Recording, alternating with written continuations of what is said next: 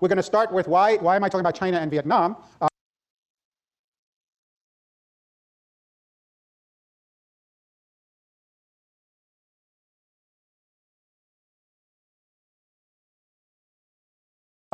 We're then going to talk about reform in China in the period leading up to the 4th of June, 1989, which is the Tiananmen Square massacre. We'll then talk about Tiananmen in the 1990s. That will lead us into a discussion of what I'm calling the sequencing debate of political and economic reform. Once it was clear that communism was going to be replaced by capitalism, there was a huge debate about, well, is it better to have political reform first or economic reform first? Try to do them together, and we'll talk about that sequencing debate, which will lead us into a larger discussion of what since the 1950s has been known as modernization theory, the thesis that economic modernization will eventually produce demand for and the establishment of democracy. And that will then lead us to think about the future. So, China and Vietnam today. China so far has built the equivalent of Europe's entire housing stock in just 15 years. In November 2015, Beijing replaced the substantially larger 1,300-ton San Juan Bridge in just 43 hours. Between 1996 and 2016, China has built 2.6 million miles of roads, including 70,000 miles of highways, connecting 95% of the country's villages, and overtaking the US as the country with the most extensive highway system by almost 50%. Over the past decade, China has constructed the world's longest high-speed rail network, 12,000 miles of rail lines that carry passengers between cities at speeds of up to 180 miles per hour. China now has more high-speed rail tracks than the rest of the world combined. So that's one of any number of video clips one could pick to just give a snapshot of the incredible transformation of the Chinese economy over the last couple of decades. And indeed, over the last decade, I went to Beijing last year for the first time in about 12 years. And 12 years ago, there were lots of potholes in the streets. There was still rickshaws on the highways. You go to Beijing today, it's just miles and miles of skyscrapers, and every conceivable multinational is there. It looks like just West Los Angeles times 100. So you can't overstate, and we'll put some statistics up in a little while. But the economic explosion in China since the 1970s has been phenomenal. And then here's another snapshot. This is Vietnam. If you're talking about the 80s, what Vietnam looked like? We go to cities, you didn't see the light, electricity cut, no car in the street. Vietnam was so isolated from the world. With the Doi Moi economic reforms of 1986, the government hoped to move toward what is now called a socialist-oriented market economy. When the Vietnamese government asked for hands-on advice, the IMF did not refuse the call. Đưa vào những cái thời kỳ đầu của những năm đổi mới, thì IMF có cái vai trò hỗ trợ về nguồn lực tài chính để mà giúp Việt Nam thực hiện cái cải cách nền kinh tế. If you use the analogy of Vietnam's economy as a eagle flying up, there are two wings. One is internal institutional reform, and the other is opening to trade. Free to start their own companies, the Vietnamese people created more than 30,000 private businesses in the first 10 years, spurring growth at average 7% throughout the 1990s. If you look back in the late 80s and early 90s, we had the first FDI law ever, which opened up the opportunity for newly established private firms to engage in international trade. And that was complemented with a major push to attract foreign direct investment into Vietnam. The economy has grown at about 7% per year since 1990, second globally only to China. So these are the two most successful examples of post-communist systems that have remained authoritarian but have been transforming their economies into capitalist arrangements. And that differentiates them from the other post-communist systems that have retained authoritarian rule. If we think about North Korea or we think about Cuba, they have not transformed their economies. So this is one thing that differentiates them from the other post-communist authoritarian systems, post-communist economies retaining communist authoritarian political systems. And they account for a large part of the economic success in the world in the last decade. Just to take 1 or 2 decades, just to take one example, one of the encouraging stories of our time is if you take the long view of things, the number of people and even the percentage of the population both living in extreme poverty has really gone down over the past 2 centuries, and much of that decline has come in the last few decades. Of course, this is a worldwide indicator. But if you look at what is accounting for most of this decline, you can see that the main action has been in East Asia. So this is the blue line up here where poverty, again, this is the number of people living on less than $1.25 a day, which is a World Bank's definition of extreme poverty. So most of the changes, of course, have come in the developing world. But if you compare East Asia, for example, to Africa, East Asia is by far the lion's share of the reduction in extreme poverty. Now, of course, not all of that is the is China and Vietnam. There are countries like South Korea that have massively improved. There are other countries in that part of the world, not to mention Singapore, where poverty rates have decreased massively. Nonetheless, China and Vietnam are relatively impressive stories on this front as well. This is a picture of reductions in poverty in Vietnam, and if I had gone back before 2010, the numbers would have, they would have been higher up there as well. But you can see, even in this last difficult decade, and despite the fact that ethnic minorities within Vietnam are not doing as well as others, we're seeing very low rates of people living in poverty in Vietnam. China, you can see the headcount living below the official poverty line is the red line. The headcount below $1.9 a day is the green line. Again, you can see massive reductions in poverty. By many estimates, they vary, but many estimates say that since the reforms in China ushered in the late 1970s, somewhere between 400 million and half a billion people have moved out of poverty. Now, there's another line on this chart, which I don't believe, which is the Gini coefficient, which is a measure of inequality. And I don't believe, I believe that the inequality in China has gone up a good deal more. If you look at here, this is comparing the top and bottom quintile, but again, this is data provided by the Chinese government. You can see that in terms of per capita income, they're showing an increase in inequality from 3 times to about 8 times, and land and consumption, less of a change. So I would just say 2 things about these statistics that, and the reason these are based on Chinese government statistics. My guess is that the inequality in China is a lot higher, and particularly this is comparing quintiles. That's the top 20%. But just as in the U.S. and just as in many other capitalist countries that we'll talk about later in the course, if you look at the top 5%, the top 1%, or the top 0.1%, you're going to see massive increases in inequality. And that puts on the table a dilemma that's going to be worth thinking about as we progress through the course and talk about some other countries, which is that while inequality within countries, just about anywhere in the world, has gone up over the last 4 decades, worldwide global inequality has actually come down, and the number of people living in poverty has come down dramatically, as we've seen. But if you read, say, the Millennium Goals, or you go to the World Economic Forum meetings, which I have done from time to time, you'll see politician after politician and policy wonk after policy wonk standing there saying, we need policies to reduce poverty and inequality. It's like almost one word. Poverty and inequality is one word. But this is what we're seeing here is something that's going to come back to us in multiple ways during the course. It's not obvious that all good things go together. And it may well be the case that the price of reducing inequality, the price of reducing poverty is tolerating significant increases in inequality. We have to think about those trade-offs in various settings. In any event, in both China and in Vietnam, you've seen massive decreases in poverty, big increases in inequality, and not as high by most measures in Vietnam. Again, though it's hard to know what statistics to believe on these matters, but most scholars seem to think there's less inequality in Vietnam than in China.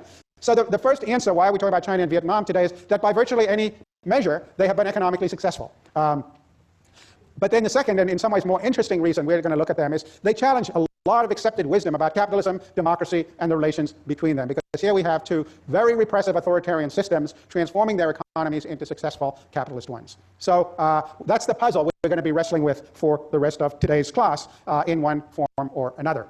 So let's think about what was happening in China before Tiananmen. After Mao's death, in 1978, things were going to change very rapidly. Just to give you a sense, up until the end of the Cultural Revolution in China, this is a picture comparing Chinese and Japanese per capita GDP. And as you can see, this is a period of explosive economic growth in Japan after World War II, of course from a very low base because the whole economy had been destroyed. It's a little, when people talk about the Japanese miracle, it's a little bit misleading. If we took this back to 1925, this line would have come down because of the collapse produced during the war. So it's not from, it's a recreation to some degree of what had existed before the war, but nothing like the levels that were developed, that were seen in the years after the war. But as you can see, per capita GDP in China was basically flat. There was no economic development to speak of. 1978, Mao is now dead. The 3rd plenum of the Communist Party Central Committee, led Vice Premier, soon to be Premier, Deng Xiaoping, calls for officials to start liberating their thinking, to start seeking truth from facts. An ironic statement, perhaps, in light of our own discussions of fake news and manipulation of the truth that we're coping with today, but to innovate and experiment in the economy. And officials were instructed. This is when they started, China had been very closed and inward-looking, and they began going in large numbers abroad. They started applying for courses at places like, MIT Business School. They started trying to learn from other development models, and this is going to be the beginning of experimentation with new forms of capitalism. This is also when the big special economic zones in China were created. These massive islands of experimenting with capitalism, if you like. Most of the world's special economic zones, and we'll talk a bit more about them in other countries later, are sort of industrial parks. They are 40 or 50 company firms. They get some preferential tax treatment, and the idea is to attract foreign capital. The ones being set up in China were enormous. They were sort of giant cities with schools and shops, and people lived in them in their entire lives. And the idea was to experiment with capitalist economics in self-contained ways.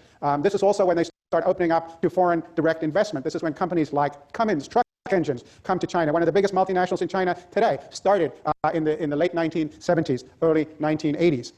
And so this seemed to be a little bit like the Prague Spring. And indeed, in the late 1970s, people started talking about the Beijing Spring. And there was much more criticism of the government tolerated. People started publishing things that you would have been thrown in prison for 5 years earlier, or even 3 years earlier. And there was something of a thaw. There was something called the Democracy Wall in the Xidan district of Beijing was created, a kind of graffiti wall, if you like, on which people published criticisms of the government. But the vast majority of the political criticism was backward-looking. It was criticism of the Cultural Revolution, criticism of Mao, criticism of what had been done in the past, mistakes that had been made in the past. And of course, that wasn't going to stay that way. And so before long, the Democracy Wall protesters started shifting their attention from attacking the past to attacking the current leadership in China. And again, a lot of demands now for more democracy. Wei Jinsheng was a protester who came out and made very strong criticisms of the government. And this went on until late 1980, early 1981, and then there was a lot of pushback from the regime. And so much of the 1980s were this era of testing, political testing by student movements. There were organization of student groups on Chinese campuses. There was a lot of criticism of the government interspersed with pushback. So Deng came out and made very clear that when he was talking about experimentation with reform, he was talking about economic reform. He was not talking about reforming the political system, and he reaffirmed what he called party rule and the socialist path. He focused on technical questions. His 4 modernizations had to do with agriculture, the industrial economy, the military, and technological innovation. They started attacking what they called spiritual pollution. There was an anti-spiritual pollution campaign in 1983, and there was an anti-bourgeois liberalization campaign in 1987. And Hu Yaobang, who had been a member of the Central Committee, who had been one of the most energetic reformers, was actually fired from the Central Committee of the Communist Party. So it was this period of back and forth, but a lot of growing protests nonetheless in the 1980s. And it was also a time when the economy wasn't doing that well, particularly for consumers in urban areas. We saw a lot of inflation, and that led to austerity programs, cutbacks on spending by the government, which produced further escalation of protests, although the economic reforms continued. So if you look at foreign direct investment in China, you can see it's very low there, but it's going to accelerate dramatically over the 1990s. So then in 1989, in the summer of 1989, if somebody had said, where is there going to be political reform, it would have been a pretty good bet, especially given what was going on in Eastern Europe. It would have been a pretty good bet that there was going to be significant reform in China. The student groups were active, just as in many European countries, and this erupts in June 1989. Square, perhaps as many as 500,000, even more. In the history of communist China, there has never been anything like this. For the first time in huge numbers, the ordinary men and women of Beijing, the old and the young, professors and taxi drivers, have joined the student protest, lending their support to what has now taken on all the appearances of a peaceful popular uprising against the oppressiveness of communist rule. As the afternoon wears on here, the crowd gets bigger and bigger, hoping that this protest will produce results, that the government will respond to the students' demand for meaningful dialogue, and begin to implement the kind of genuine reforms as opposed to cosmetic reforms that the students want. So these protests were going on, and it soon became clear that the regime was not going to tolerate them, and tanks started appearing in Tiananmen Square.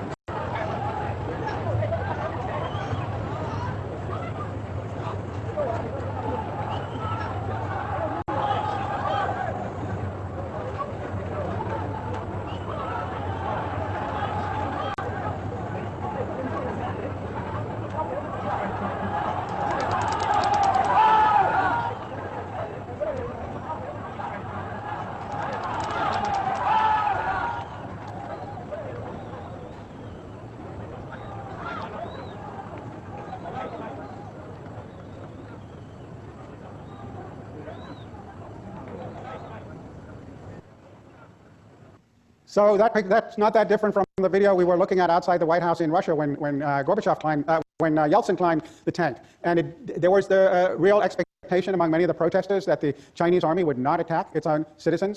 And there certainly were appeals going out to that effect, but they turned out that they were wrong. The noise of gunfire rose from all over the center of Peking. It was unremitting. On the streets leading down to the main road to Tiananmen Square, furious people stared in disbelief at the glow in the sky, listening to the sound of shots.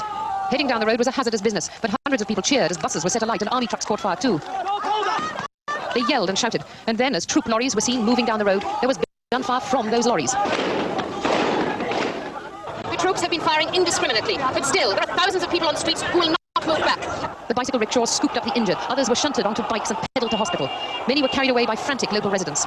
There was confusion and despair among those who could hardly credit that their own army was firing wildly at them. Young people were singing the Internationale to a background of gunfire. After hours of shooting and facing a line of troops, the crowd is still here. They're shouting, "Stop the killing and down with the government." A huge volley of shots just as I left the front line caused panic. The young man in front of me fell dead. I fell over him. 2 others were killed yards away. 2 more people lay wounded on the ground near me.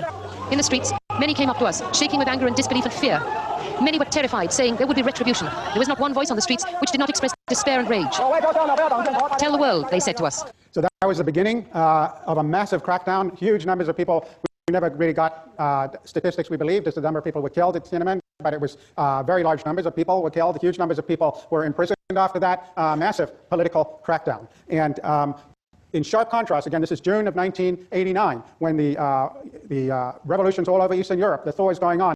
The Soviet Union is not intervening in the liberalization movements in Eastern Europe. And of course, 5 months later, the wall came down in Germany. But China went a very different path, the massive political repression of this dissent. But it did not stop the economic reforms and the economic transformation. And as you can see here, this is just foreign direct investment in China. It just, throughout the 1990s, it increases. The fact that it's decreasing as a share of Chinese GDP tells you how much the domestic economy is developing as well. So that even though in absolute numbers, foreign direct investment is going up by leaps and bounds, it's a declining share of the growing Chinese economy, which is becoming a powerhouse. And here you can see the astonishing growth rates that have been recorded in China since 1989. You can see by 1991 they were recording already double-digit growth rates, and they have been the highest growth rates in the world virtually every year since. If you look at manufacturing in China, we'll talk more about manufacturing. This is between 2006 and 2016. As modest increases in the U.S. and Japan, just threefold increase in manufacturing in China. Just absolutely dramatic industrial takeoff. Comparable story on a smaller scale about Vietnam. Transforms itself from an extremely poor country into a very successful middle-income economy. It's still, I think it's the 5th largest economy in East Asia, but it is second only to China in terms of economic growth. So these huge success stories, and they have been studied to death. There have been armies of scholars trying to understand the reasons for this success. And in the readings I gave you, you get some sense of the variety of explanations that are out there that are trying to account for the dramatic success in China and Vietnam. And most of these explanations suffer from what economists and political scientists refer to as the pathology of selecting on the dependent variable. That is, everybody focuses all of their attention on China and Vietnam and trying to look for characteristics that explain the outcome. But of course, that's not how you do social science. So you have to think about the independent variable, because if you select only on the dependent variable, namely in this case economic success, you may be missing what's really causing it by not seeing other countries that have done the same things that have not succeeded. For example, Alexander Gerschenkron was famous for the idea that late developers have an advantage. They have an advantage because they don't have to necessarily go through all the stages. This is sort of the opposite of a first mover advantage, which we talked about in tariffs in the EU. So the idea is that late developers can skip some of the stages. You look in Africa, you can create a banking system without banks today because people can do banking on their cell phones, right? They don't have to go through all the stages. So this is one. So these were relatively late developers. Well, they were relatively late developers, but there are plenty of relatively late developers that haven't had this kind of success all over Africa, in much of Latin America, elsewhere in East Asia. So the fact of being a late developer alone is obviously not the advantage. They were predominantly rural at the start, and so the argument, this is in the Malevsky in London, paper the fact that they didn't have inefficient urban economies to dismantle. They didn't have a big inefficient economies to dismantle, made it easier that as they urbanized in relatively efficient ways. Again, there are many predominantly agrarian countries that have not been as successful as them. People point to Confucian values. Confucianism, above everything else, values order. So they say, oh, well, it's Confucian values. But of course, there are countries with Confucian values that have not been particularly successful economically. The most obvious and dramatic illustration being North Korea.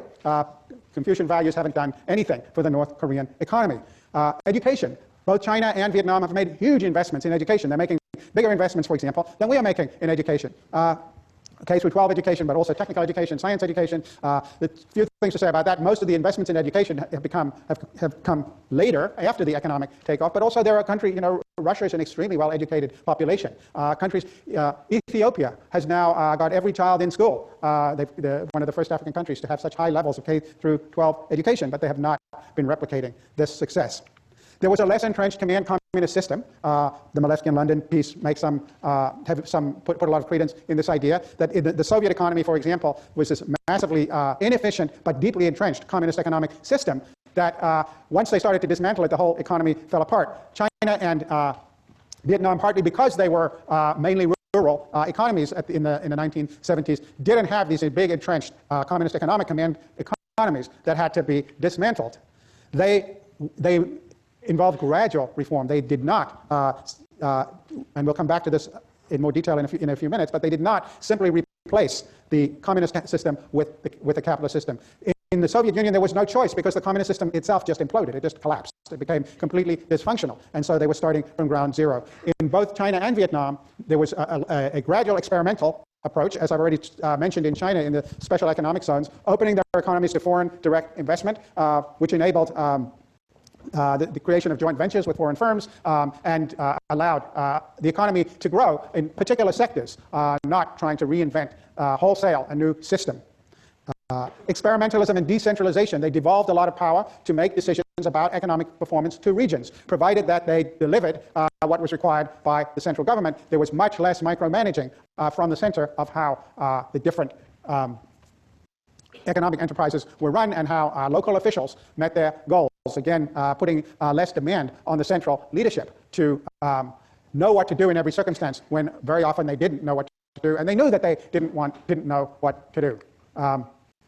Competition within the state sector and between the state sector and the private sector. So they created big state-owned enterprises, particularly in China, but they introduced competition among them, and they required them to compete in the private sector, and they shut down inefficient state companies. It should be said that it's very difficult to get a grip on the differences between the state sector and the private sector. That means very much in China, partly because many of the private sector companies get funding from state banks, but also because many of the top leadership of private sector firms are members of the Communist Party and have to be members of the Communist Party. And so that raises the question, well, they might be nominally private, but what does it mean in terms of their influenceability by the party? On the other hand, the flip side of that is that it means that the leadership of the Communist Party is hearing a lot about the needs of business all the time, because there are many business people, business leaders are in the Communist Party and making the case for what they need. So the system is relatively competitive for a state sector dominated economy. Export-oriented growth model, again, this is pointed to by many scholars that this export basic producing for foreign markets, manufacturing goods for foreign markets has been extremely successful. There are many other countries in the world, again, that have produced for foreign markets that have not been as successful. Relatively good accountability and the rule of law. So the system of accountability, it's interesting, in China, while you can't attack people for political reasons, you can attack officials for being inefficient and corrupt.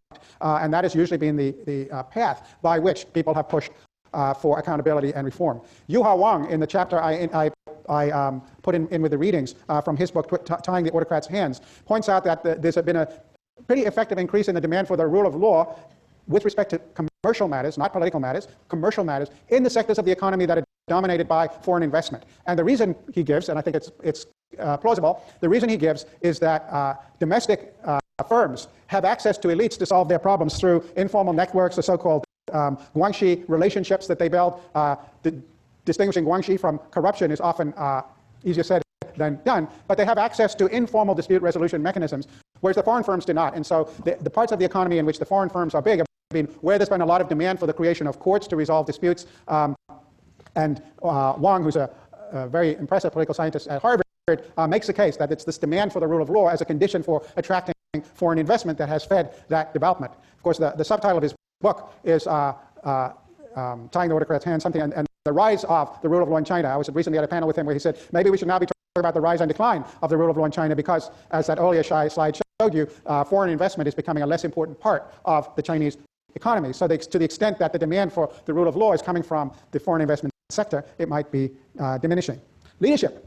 So leadership, several people have noticed that if you look at authoritarian systems, one way to classify them is that those that have managed to renew themselves will find mechanisms of renewal versus those that have not. So if you think about the Arab monarchies in the Middle East, they essentially, they stagger on until the king dies, pretty much. That's what happens in monarchies. Or, dictatorships in Africa and Latin America, they stagger on until the dictator dies. Or even in the Middle East, Assad is followed by his son. You get another Assad. And that's true in some of the communist authoritarian systems like North Korea. Kim Jong-il, Kim Jong-un. Again, you have aging, ossifying leaderships that don't manage to renew themselves and so kind of drag the country into the abyss as they become geriatric. Whereas some authoritarian systems seem to have come up with mechanisms to renew themselves. And this, if you said to most people, maybe most people in this room, who are the leaders of Vietnam, most people would have no idea who they are. It's a triumvirate. They do get replaced over time. Or you think about Burma. Again, there's no cult of personality. These are countries in which they have renewed themselves. And in China, after Mao, it seemed like they had really figured out a way to avoid the trap of charismatic leaders. Indeed, Bo Xilai had been a member of the Communist Party who was quite charismatic and some years ago was kicked out and thrown in prison. And his wife had alleged to be involved in a murder. Many Western scholars interpreted that as he was too charismatic. And the Chinese didn't they tried charisma. They saw where it went with Mao, and they were into this model where people would not be able to be at the helm for more than a decade. And so it seemed like, to the extent that you need young, vigorous leadership, that countries like China and Vietnam had solved this problem, which is hard for authoritarian systems to do because there's no automatic mechanism of renewal. And if a charismatic figure comes along, it's very difficult to get them out. So that was another reason people pointed to. So this is, I think, 11 reasons you could pull out of those review essays. And no doubt people could come up with more. And the truth is, nobody knows. There's no silver bullet yet. There are some combinations of these things. There are things like luck. But these are out there as the main explanations for why these countries have been so successful. Right? It then puts on the table the question, well, how sustainable is this success? Should we be expecting it to continue going forward? And can we have long-term successful capitalist authoritarianism? This, if you like, is the question put on the table by the success of these countries now over a period of 2 decades, beyond the wildest dreams economically of any observer and maybe anybody even in those countries, along with very repressive political regimes. And so how to think about that? Well, there's some questions to wonder about with respect just to the economies. One is that since 2008, we've seen a resurgence in the growth of the state sectors of these economies. This is partly, as I intimated right at the beginning of today's lecture, that now that the Washington consensus is in bad odor, people are now talking about the Beijing consensus. Until 2008, China made no attempt to export its development model elsewhere. They were kind of back on their heels about the Washington consensus. That is no longer true. Not only has the state sector in the Chinese economy expanded, they are now training people from many developing countries in economic management, pushing a very different model of state-led growth from the model that was being purveyed in the Washington consensus. And to the extent that the state sector is going to be less efficient, that raises questions about how sustainable these growth rates are. Because even though relatively efficient compared to other command economies, they're less efficient than the private sector in those countries and elsewhere. Then there's what Steinfeld in that Playing Our Game book that I put on there calls the smile curve of profitability. And so this is the idea which he actually takes from somebody called Stan Shi. This is the idea that if you look at where the biggest profitability in manufacturing comes from, most of it is either at the R&D phase, research and development, upstream, or it's in the manufacturing and marketing downstream. If you think about where's the money made out of an iPhone, right? It's people who come up with the basic technologies make a lot of money, and then the people who put it together, do the marketing, make a lot of money. So the solid curve here, what it's telling you is that there's not that much money to be made in the manufacturing. This is just low-wage labor. And these are these people working on assembly lines. That's not the source of great profitability, but that has been where most of the economic action has been in these economies. The dotted line is that realizing that, the Chinese have started to try and move further up the smiley curve in both directions. So they've tried to get more involved in research and development and more involved in marketing and sales. But of course, they do that largely by imitating, sort of creating, if you like, generic versions, copying technologies and then copying marketing methods. And if you do that, that tends to move. It means everybody else can do it too. And so you, if you like, are sawing off the branch you're sitting on. And so it's not clear that they're going to be able to continue to be profitable. Picking winners. Economists always criticize central planning because governments pick winners, and governments don't know how to pick winners. They don't know what are going to be the successful parts of the economy. That is less of a problem in the early stages of industrialization. You know what you have to do. You have to build cities, you have to build roads, you have to build housing, you have to put in electricity, you have to put in water. Once you get into complex economies, it's very much more difficult to know where the successful innovations are going to be and where they're not going to be. And so the governments might start to make a lot of bad bets, as governments often do when they start to pick winners. So as growth becomes more complex, it becomes less likely that you're going to have even relatively efficient political leaderships successfully keep picking winners in the economy.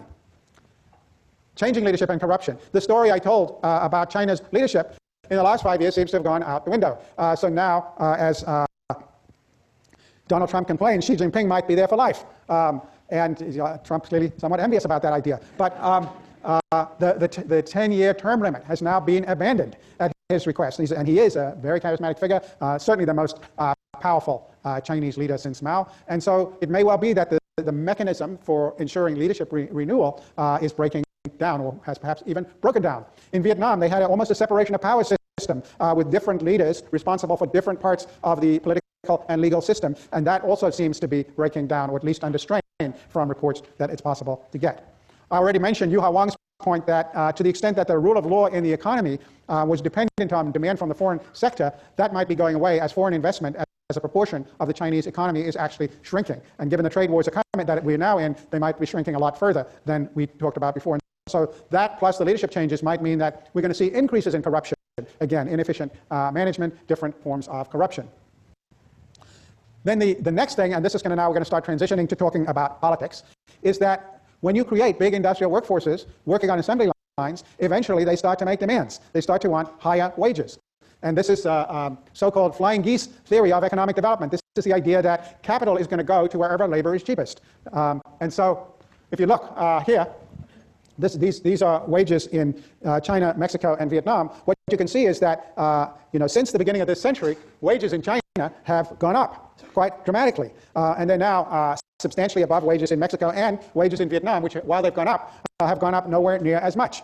And so if you look at this, is called the labor cost index, which basically measures the cost of producing 1 unit of output. You can see that there too, the cost of labor has gone up in China quite dramatically during this century. And that has meant that the geese are flying out of China. They're flying to places where labor is cheaper. This is the Nike plant in Ho Chi Minh City, which I visited in March of 2001. It was run by a Vietnamese management company with about 20,000 Vietnamese women working in it there. The whole thing consisted of, it looked like 4 giant football stadiums. This is about an hour's drive outside of Ho Chi Minh City, which used to be Saigon. It looks like 4 giant football fields, but all of them built out of aluminum. You can see they could be packed up and put into a into a bunch of planes and flown off to somewhere else at relatively low cost. And here's some of the people working. What strikes you about these pictures? What's notable about these pictures? Yeah.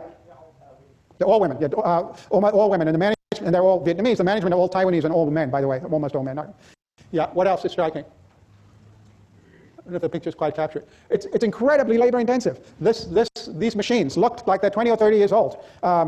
Making a Nike running shoe is split into about 35 different tasks. One person is cutting the little pieces with a cutting machine. One person's putting glue on. It's unbelievably labor intensive because labor is so cheap. That, after all, is why they went there. And indeed, I spent the day there and walking around with a mid-level manager. And I asked him his personal history, and he said, well, I used to manage a plant like this in China. So I said, well, what's the biggest difference between managing a plant like this in China and managing a plant like this in Vietnam? And the answer was, the Vietnamese argue less and work harder. And I'm sure that was exactly true, because the Chinese workers had been doing this kind of work for longer, and they had, had started developing aspirations, and so Nike had moved the plant to Vietnam. And so the idea would be that, of the flying geese theory, that eventually demands for higher wages will cause the geese to fly. Vietnam will get this benefit for a while, but then the geese will fly to Cambodia or wherever the next place is, or maybe Zimbabwe. Now, this is also exacerbated in the coming economy by the probability that a lot of these jobs are going to eventually be going to technology. That is, the technology is going to become so cheap that it will no longer be worth it to pay even starvation wages. And so the geese might stop flying altogether. But it's again going to put stress on economies that are dependent a lot on manufacturing for feeding their populations. Slowing growth and regime legitimacy. A lot of people have argued that the legitimacy of these regimes depends upon their delivering growth. Yes, they don't have elections, so they don't have political accountability, but people have been satisfied because the standard of living has been going up, they've been doing a lot better economically, they've become, they're employed, and they have had prospects for upward mobility. As growth slows in these economies, which almost every economic projection predicts that it will, that's going to become harder and harder to sustain, and so you're going to get pressure and maybe resurgence of political dissent, and there are going to be strains on those economies. So despite the many reasons that people cite for the success, there are reasons also to wonder how sustainable these models might be. And this leads us to thinking about the relationships between political and economic reform. During the transition in Eastern Europe in 1989, people started worrying a lot about this. And these were the debates about shock therapy. Should we have a dramatic reform right away, get the pain over with, and then do political reform? Or should we do political reform first, or do them in tandem? And I put three people up here because they're ideologically from very different places. Adam Przeworski is a former Marxist. He wrote a book called Democracy in the Market in 1991. Hannes Kornai, The Road to a Free Economy, is a riff off Hayek's Road to Serfdom. So he was a kind of libertarian. And Jeff Sachs was a kind of middle-of-the-road, policy-wonkish economy. But they all made the same argument, which was essentially this. If you think about a collapsing communist economy, as the old system is dismantled, eventually people are going to be thrown into distress, and it's going to get so bad, per capita income is going to fall below the poverty line. Eventually things will get better, yeah? But what if you democratize here? Then all of these people are going to be angry, and they're going to use their democratic rights to stop the reforms, and so instead of turning the corner, you're going to just keep crashing down. And so the shock therapy people said, no, let's not democratize until this point, once the worst economic pain has been experienced. So these technocrats had the same kind of hubris as we were talking about last time. They really thought that they understood everything about market economies, but they got a lot of things wrong.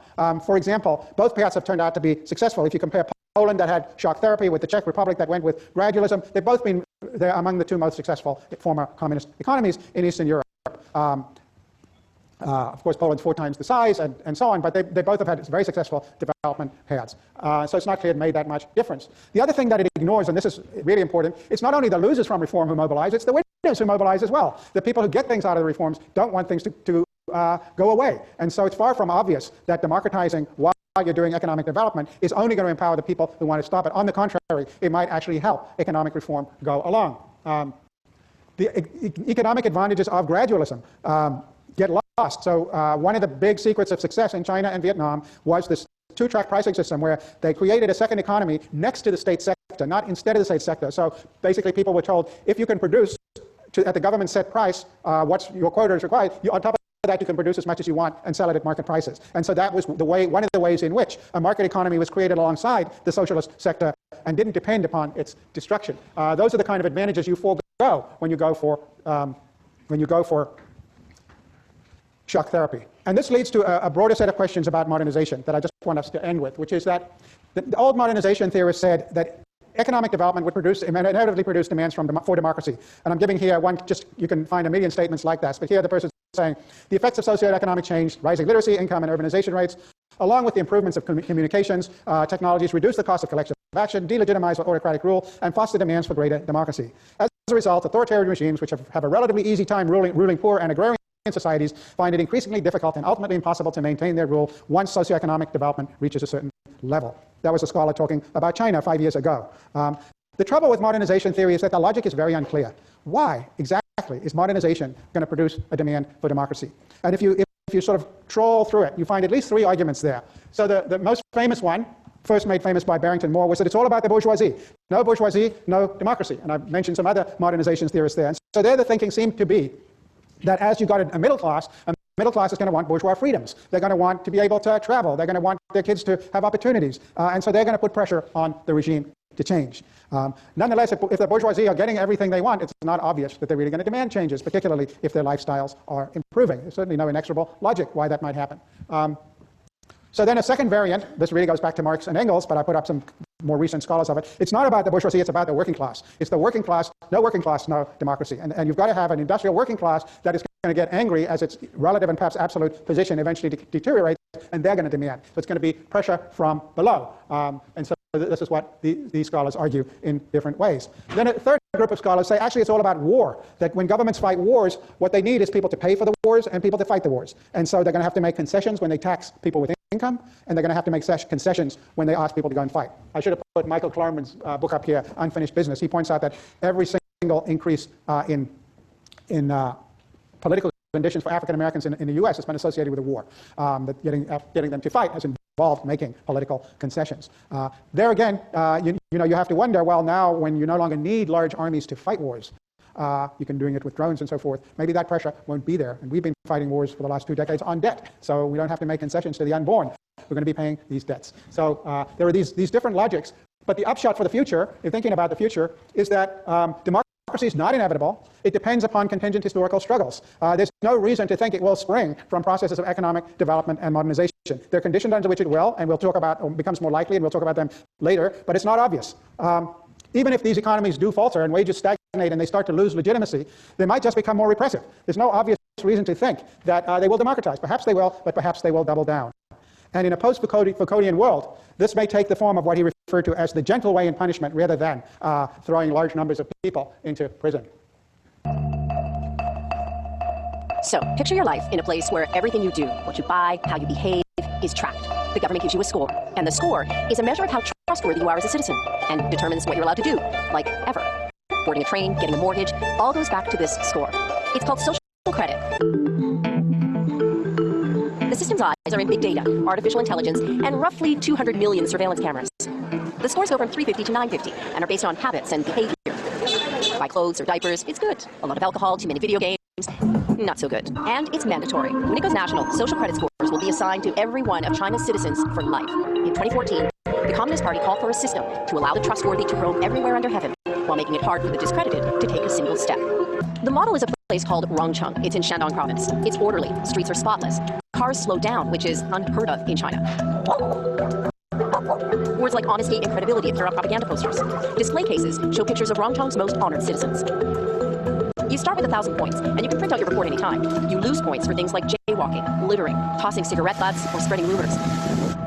Cameras do a lot of the surveillance work, but it's pretty analog too, like posters that list the ways you can gain or lose points. And each night, local TV shows the surveillance highlights of the day.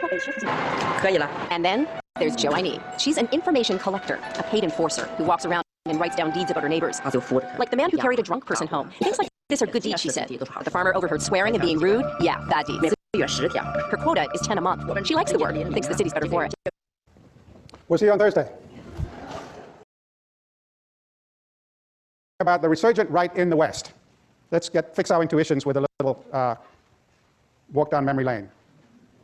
In Chicago, they found a woman who holds the record. She used 80 names, 30 addresses, 15 telephone numbers to collect food stamps, Social Security, veterans benefits for 4 non-existent deceased veterans' husbands, as well as welfare. Her tax-free cash income alone has been running $150,000 a year.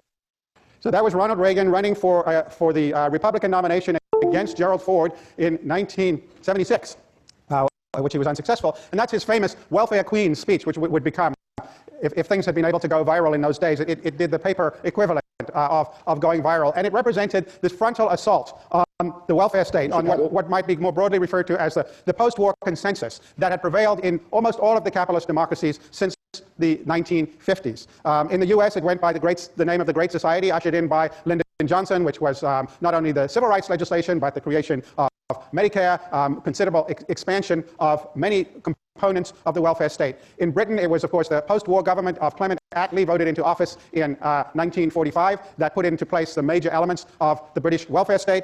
And in many of the European social democracies, as they came to be called, we got countries that were marked by strong welfare and other forms of social protection, such as health insurance, unemployment insurance, pensions, progressive tax systems, a lot of redistribution through the tax system, much more steeply progressive tax systems than in any of those countries today. And it's important to say that the support for this post-war consensus was substantially bipartisan. So, for example, in Britain, when the conservatives under Churchill came back into power in 1951, many people said, oh, they're going to roll back everything that Labour has done. Not a bit of it. Actually, they even expanded it. And through much of the 1950s, 60s, and 70s, you saw in most countries the recognition of a kind of what seemed to be a substantially bipartisan support for this welfare state. In the U.S., in the Nixon administration, of course, there was some pressure for lower taxes, but still, much of the welfare state was preserved, and in some ways it was even expanded. We got things like, which I'll be talking about later in the course, such as universal basic income. Nixon had supported what he called the negative income tax, a kind of refundable tax credit. We ended up getting something that's a cousin of that. In Europe, in countries like Germany, where they have coalition governments, in the 60s and 70s, they were basically dominated by the Social Democrats, first Willy Brandt and then Helmut Schmidt. In the early 80s, for reasons we'll be talking about next time, the Social Democrats got weaker and Helmut Kohl's Conservatives took over, but it was still, there was very substantial support for European social democracy across the political spectrum. For example, in the 60s and 70s in France and Italy, where communist parties had been very strong and had traditionally been more Stalinist-like communist parties, we had the advent of Eurocommunism. What was Eurocommunism? Well, one feature of it was that it was denounced by the Soviet Union as revisionist deviationism. And the other was the standing joke in Italy in the 1970s was, how can you tell that which is the communist politician in parliament? How do you tell the communists from the other politicians? And the answer was, because they have more expensive suits. So the Eurocommunists, again, stopped pushing this idea that social democracy was a way station on the way to Soviet-style communism, and instead was a particular form of political and social organization that had come to stay. And it was seen to be, as I said, a very broad bipartisan, or in Europe, multi-partisan consensus. And this is what starts to come under attack in the late 1970s and early 1980s, that Reagan is taking dead aim at the heart of that consensus. And the new attack is marked by hostility to trade unions and the welfare state. It's hostility to progressive taxation and hostility to regulation, sort of forerunner of the neoliberalism that would be coming later. And as in Reagan's famous slogan, government is not the solution to our problems, government is the problem. We have to weaken the power of government in the economy and let the market run. So this was the basic idea. Now, the first thing to say about this is when people like Reagan and Thatcher came into power, Reagan got selected in 1980 in the 1980 election. Margaret Thatcher comes to power in 1979. She had beaten Edward Heath for the Conservative Party leadership in 1975 in the first competitive election for a leader in the Conservative Party in its history. And people were quite stunned by this, and she'd been thought to be a minor second-tier cabinet official without much future in the party. And indeed, I think it was Geoffrey Howe who said she'll be gone in 6 months.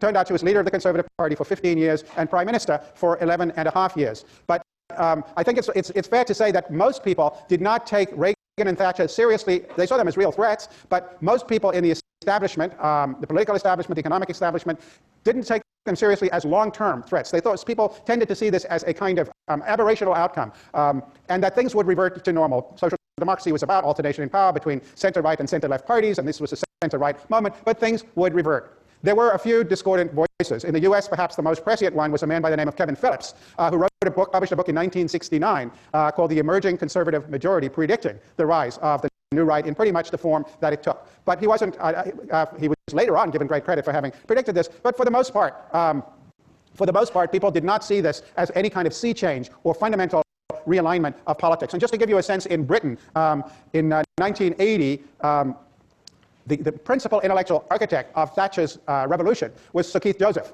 and he was her trade and industry minister, and he was the source of all her economic ideas about monetarism and cutting spending. And here is Michael Foot, who was by then the leader of the Labour Party in opposition, commenting on Keith Joseph in the House of Commons, just to give you a sense of how seriously they really took the threat from Thatcher. I wouldn't like to miss out the right honourable gentleman, the Secretary of State for Industry, who's had such a tremendous effect upon the government and our politics altogether. And as I see the right honourable lady gentleman walking around the country, looking puzzled and forlorn and wondering what's happened, I often try to remember what it reminds me of. And the other day, I hit upon it. Because I recall that in my youth, when I used to go in Plymouth, yes, I know, quite a time ago, you'll come to that one in a moment too, but I used to go, when I lived in Plymouth, every Saturday night, along to the Palace Theatre, and the favourite I always used to watch there was a magician conjurer, And they used to have in the audience, dressed up as one of the most prominent aldermen in the place, a person who was sitting at the back of the audience. And the magician would come forward and say that he wanted to have from the audience a beautiful watch. And he would go amongst the audience, he'd go up to the alderman and eventually take off him a marvellous gold watch. And he'd bring it right back onto the stage. He'd enfold it in a beautiful red handkerchief. He placed it on the table there in front of us. He took up his mallet and he hit it. Smashed to smithereens. And then, on his countenance would come exactly the puzzled look of the right honourable. And he would step forward. And he would step forward. He would step forward right to it. He'd step forward right to the front of the stage and he'd say, "I'm very sorry. I'm very sorry. I've forgotten the rest of the trick." And, that's the situation of the government. That's the situation of the government. They've forgotten the rest of the trick. It doesn't work. And unless any objector might come along and suggest that it was only a trick, I can assure you that at the Palace Theatre in Plymouth, the way it was played, he used to come along at the end of the very act and say, "I'm very sorry. I've still forgotten the trick." That's the situation in this country. So there was, Michael Foot making fun of Keith Joseph as a kind of buffoon who didn't know what he was doing and getting, lots of positive reinforcement for that. But of course, the joke really was on Michael Foot. 3 years later, he ran unsuccessfully against Margaret Thatcher, and his election manifesto was called the longest suicide note in history, subsequently by historians. So the joke was really on Foot, and he completely underestimated the staying power of what was coming down the pike. So that's our agenda today, and we're going to look at the sources and implications of the resurgence of right-wing politics across the Western democracies. So we're going to look at several sources of this, one being the collapse of communism, the second being embedded in the logic of distributive politics, and the third being the changing power relations in the economy. And all three of these things have an influence, or should have an influence, on how we think about the resurgence of the right and its political implications. And when we think about its political implications, I'm going to talk briefly today, but more next time, about those implications in two-party systems like Britain and the US versus in multi-party systems, like we have on much of the continent. So let's start with the effects of the collapse of communism. When the wall came down and when the Soviet Union started disintegrating, many intellectuals and analytical commentators thought that this would be good for European parties on the left. They thought generally that it would be good for two reasons. One, it made it clear that European social democracy, or what we think of as a Great Society kind of political economy in the US, is not a way station on the future to some other more statist, if you like, outcome. That once we think of it rather as a kind of permanent equilibrium that can be defended on its own terms and is not something that's going to produce something worse. Another way of putting it, perhaps the same point, is it gets rid of the kind of bogeyman to mobilize against from the right. So you know that if you propose slight increases in progressive taxation or you improve healthcare, the notion that what you're trying to do is create communism becomes less credible if there's no communism in the world left to create. And many people thought that with the communist threat gone, the end of the Cold War, we wouldn't need to mobilize against the Soviet Union anymore, that all of the money that had been spent on the arms race could be plowed back into the Western economies, and we were in for a continuation, if you like, of the benign social democracy, and maybe the power would shift once more back to the left. Maybe the right-wing governments say in Britain and the US, or the fact that power in Germany had now shifted, as I already said, from the Social Democrats to the CDU, maybe it would shift back. And what all of that failed to take account of was that, and this is really the story of Tony Judd's book Post-War, some of which I put on the syllabus, is that the social democratic economies and welfare states depended on a very fortuitous arrangement of demographic, economic, and geopolitical circumstances after the war. The demographic one was that you had big working-age populations relative to what we call dependent populations. We think of the dependency ratio is the ratio of working age to dependent, and dependent is defined under the age of 15 and above the age of 65. And of course, what really matters from the point of view of the fiscal health of the welfare state is the older crowd, because parents mostly internalize the cost of children, whereas governments in turn have to bear the cost of elderly people. And for the most part, in all of these countries, we had big working populations and relatively small elderly populations. That would change as the baby boomer bulge worked its way through the population. And so there's one big source of fiscal stress inexorably coming at all of these systems as the ratio of working people to retired people would increase. Then secondly, much of the economic health of these countries had been the result of the enormous infusion of funds by the Americans, the Marshall Plan in Europe, the rebuilding of the Japanese economy, and the fact that, as I mentioned to you earlier, Europe was not spending money on its own defense, so it had the resources to build up its domestic economies. And that too would go away, would start to diminish as the Cold War ended. Also, the American interest in sustaining these economies as both bulwarks against the Soviet system would start to diminish as the Cold War ended. So the idea that European social democracy was sort of a permanent equilibrium was by no means obvious. It's certainly not in retrospect. A second thing to notice is that while the bogeyman of communism might not have been there around which the conservative, the ideological right could organize, there are always other potential bogeymen, and particularly, as it's turned out, since 9/11, Islamic fundamentalism is an alternative bogeyman around which to organize political movements. And it has the added advantage that it's not a threat to democratic capitalism. You know, when Islamist regimes, when Islamists do come to power, whether it's in Iran or Libya under Gaddafi, they run capitalist systems badly. There is no alternative. There's no Islamist model of the economy. So the idea that one has to worry about them as a threat to capitalism in the way that communism had once been perceived is no longer there. And that's important because it diminishes the incentive to buy off working class discontent. So if you think about, go back to the New Deal, after the Depression, Communist Party in the US was quite powerful, was very influential in American unions, particularly in the CIO. We had 20% unemployment.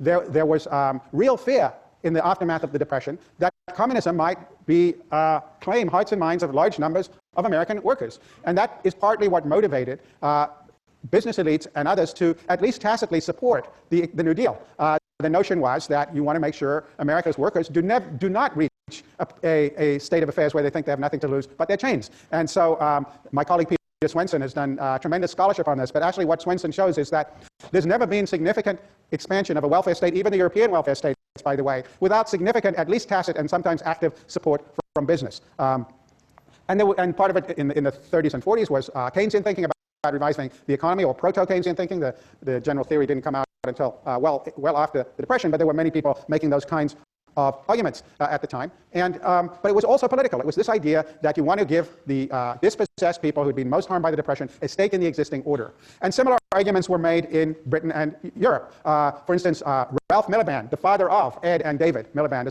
was a political economist who published a book in the early 60s, I believe it was, called the Capitalist Industrial State, in which he argued the welfare state is capitalism's best friend. He was a Marxist, well to the left even of Ed Miliband, and he thought that this was a bad thing because it was preventing the workers from becoming revolutionary because they had the stake in the existing order. And so this was the notion that if you don't do this, there's an alternative model out there vying for hearts and minds, and we'd better look out for that. Once the alternative model has gone away, once there's no longer a Soviet Union, it's much easier to discount all of that. It's much easier to say, well, let's, might not say it, but think, move to the suburbs and build more prisons. It's not obvious that there's any reason of the sort that existed when there was a communist alternative out there to continue to maintain expensive welfare states that would require substantial levels of taxation and maybe increasing levels of taxation given the changes in the demography. So the short of it is that those who had faith in the idea that the end of the Cold War was going to be good for left of center parties were wrong, and things have played out quite differently since that time. So that's the first thing. But I want now to turn to some more analytical thinking. Let's put on my analytical hat here. Some more analytical thinking about the logic of distributive politics, because I think people don't think clearly enough about just what that logic is when they think about what's going to happen in different political scenarios. So this is a famous picture of a hat from the beginning of The Little Prince, Antoine de Saint-Exupéry, and as you might recall, it's the very beginning of the book. He decides he wants to frighten the adults, and he's going to frighten the adults by drawing a picture of a boa constrictor eating an elephant. So he does. And he's absolutely devastated when the adults say, that's a nice hat you've drawn. And he's furious. So he has to draw another picture showing the elephant, sort of X-ray but he's so despondent that he decides to abandon his career as an artist and instead become a pilot, which he duly does. Now, one thing we can know about this story is that the adults he was trying to frighten were not economists. Because had they been economists, he might have been able to frighten them with this picture. Because instead of seeing it as a hat, they might have seen it as a picture of the income distribution. And in particular, this feature of the income distribution, which is that the median income is always below the mean income. Why would that be? Why is the median income always below the mean? Yeah. Very rich people, right? The very rich people out here. In fact, Gates and Soros, and they're probably on the other side of Grove Street down there, right? And so that pulls up the average, right?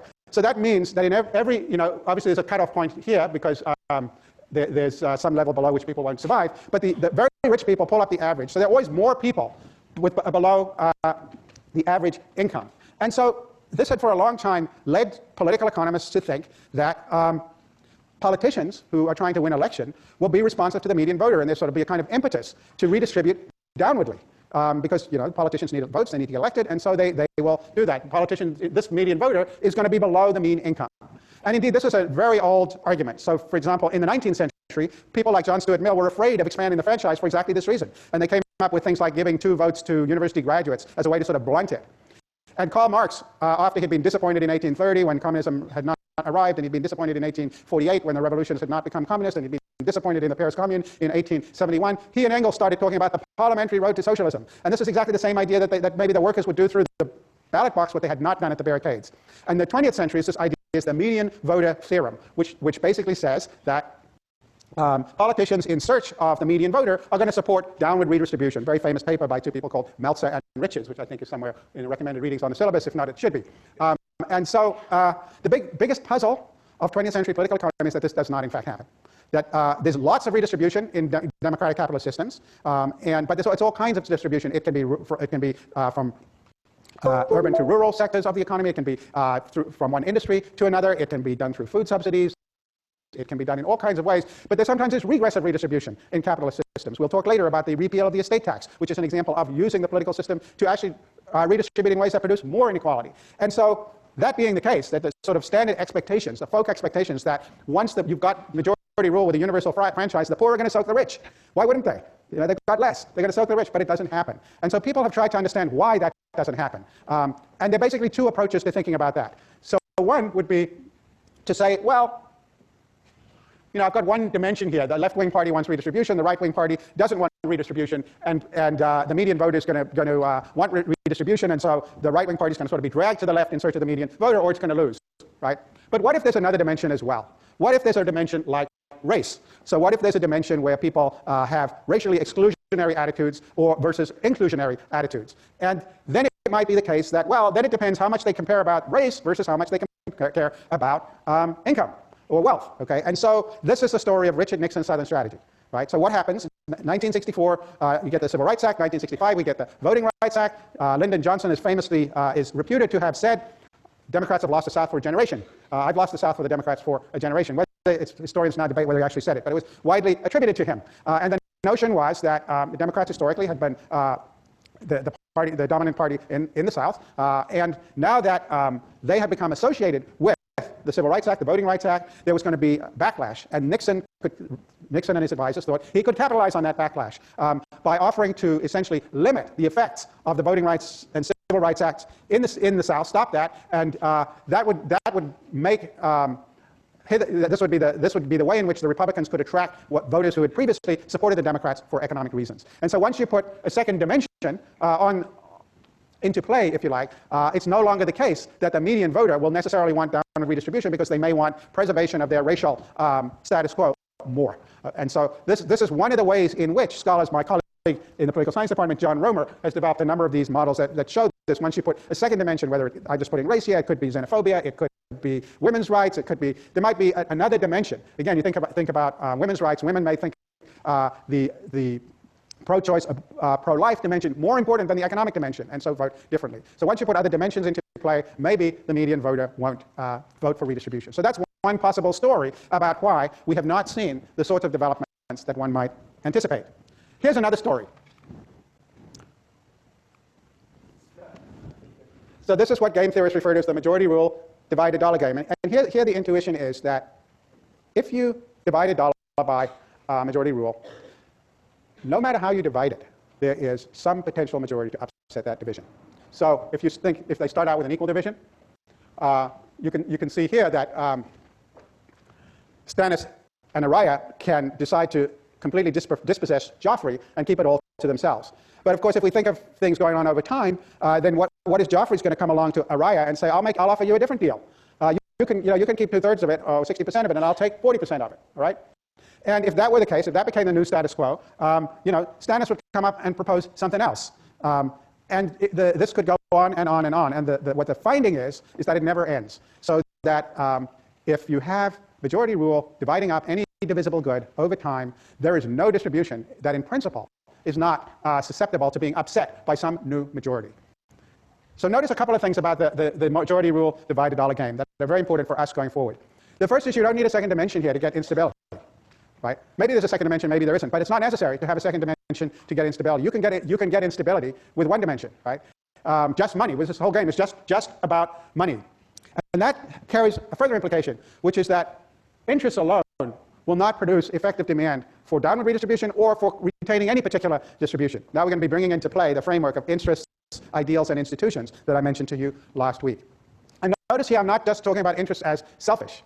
For example, the three people playing the divided dollar game, maybe one wants to give the money to save the whales, one wants to give the money to soup kitchens, and one wants to spend it protecting wolves, as my friend Nicolai up there would probably want to do. So they try to maximize their share of the pie, but we're not saying they're selfish people, right? But all we're saying is that if they want to maximize their share of the pie, the interest in maximizing is not going to be enough to sustain any particular distribution, because if it's just that, there will always be someone who'll come along and offer you a better deal, right? So interests alone are not going to be sufficient to get people to support any particular distribution, including, of course, distribution from the average to the median voter. So if interests alone are not enough, let's think about the other two concepts. Let's think about ideals. So what we're really saying is in order for the median voter to achieve downward redistribution, all these people have to vote together. All of these people to the left of this line have to vote together, right? Because if the wealthy can buy off the poor with a bread and circuses and make the middle class pay for it, you can get a coalition of the rich and the poor against the middle class. Or you can reach 2017 tax cuts. You give a small cut to the people at the bottom, a huge cut to the people at the top. People in the middle internalize the cost of that. Again, it's a majority rule. It's a majority coalition. It's not going to be downward redistributive. So all of these people would have to vote together. So they'd have to have some ideals we can think about first to get them to vote together. So what ideals might there be? So one ideal, obviously, is what people think is fair. People think, what is a fair distribution? Maybe you can motivate them with that. So here's the next question is, well, what is fairness? Well, here's one answer to that. So a final experiment that I want to mention to you is our fairness study. So what we did is we put two capuchin monkeys side by side. Again, these animals, they live in a group. They know each other. We take them out of the group, put them in a test chamber. And there's a very simple task that they need to do. And if you give both of them cucumber for the task, the two monkeys side by side, they're perfectly willing to do this 25 times in a row. So cucumber, even though it's really only water in my opinion, but cucumber is perfectly fine for them. Now, if you give the partner grapes, the food preferences of my capuchin monkeys correspond exactly with the prices in the supermarket. And so if you give them grapes as a far better food, then you create inequity between them. So that's the experiment we did. Recently, we videotaped it with new monkeys who never done the task, thinking that maybe they would have a stronger reaction, and that turned out to be right. The one on the left is the monkey who gets cucumber. The one on the right is the one who gets grapes. The one who gets cucumber, note that the first piece of cucumber is perfectly fine. The first piece she eats. Then she sees the other one getting grape, and you will see what happens. So she gives a rock to us, that's the task, and we give her a piece of cucumber, and she eats it. The other one needs to give a rock to us, and that's what she does. And she gets a grape, and she eats it. The other one sees that. She gives a rock to us now, gets again cucumber.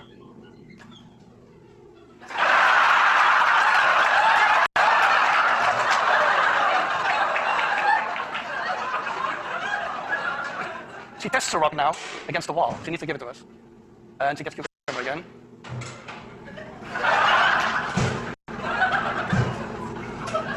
So this is basically the Wall Street protest that you see here. So what he finds there with the capuchins is he's studied it in many social animals, and there's plenty of psychology to support the idea that human beings are the same. However, he fundamentally misinterprets the result of his study. Why do you think anyone think why I'm saying he misinterprets the implication? He doesn't see what this implies. Yeah, no, it's not the Wall Street protester, because what infuriates this monkey is that another monkey just like it is getting more. It's not the monkey's not bothered that the researcher has a bowl full of cucumbers and grapes, right? So, and this is a very robust finding in the social psychology literature about people. Their sense of their welfare is often other regarding, but they make relatively local comparisons. They do not compare themselves to people very different from themselves in the socioeconomic distribution of socioeconomic distribution. So steel workers might compare themselves to auto workers, or coal miners might compare themselves to people working in oil fields. And this is true, by the way, up and down the occupational scale. So a professor will be much angrier to discover that he or she earns $5,000 less than the professor in the next office than to discover that he or she earns $500,000 less than the attorney who lives next door. People tend to make relatively local comparisons. And later on, when we come to populism and all that, we'll discuss the implications of that in the politics that we're seeing right now. But so for the point to make here is people don't make global comparisons. They tend to compare people to people like themselves. Now you could say, yeah.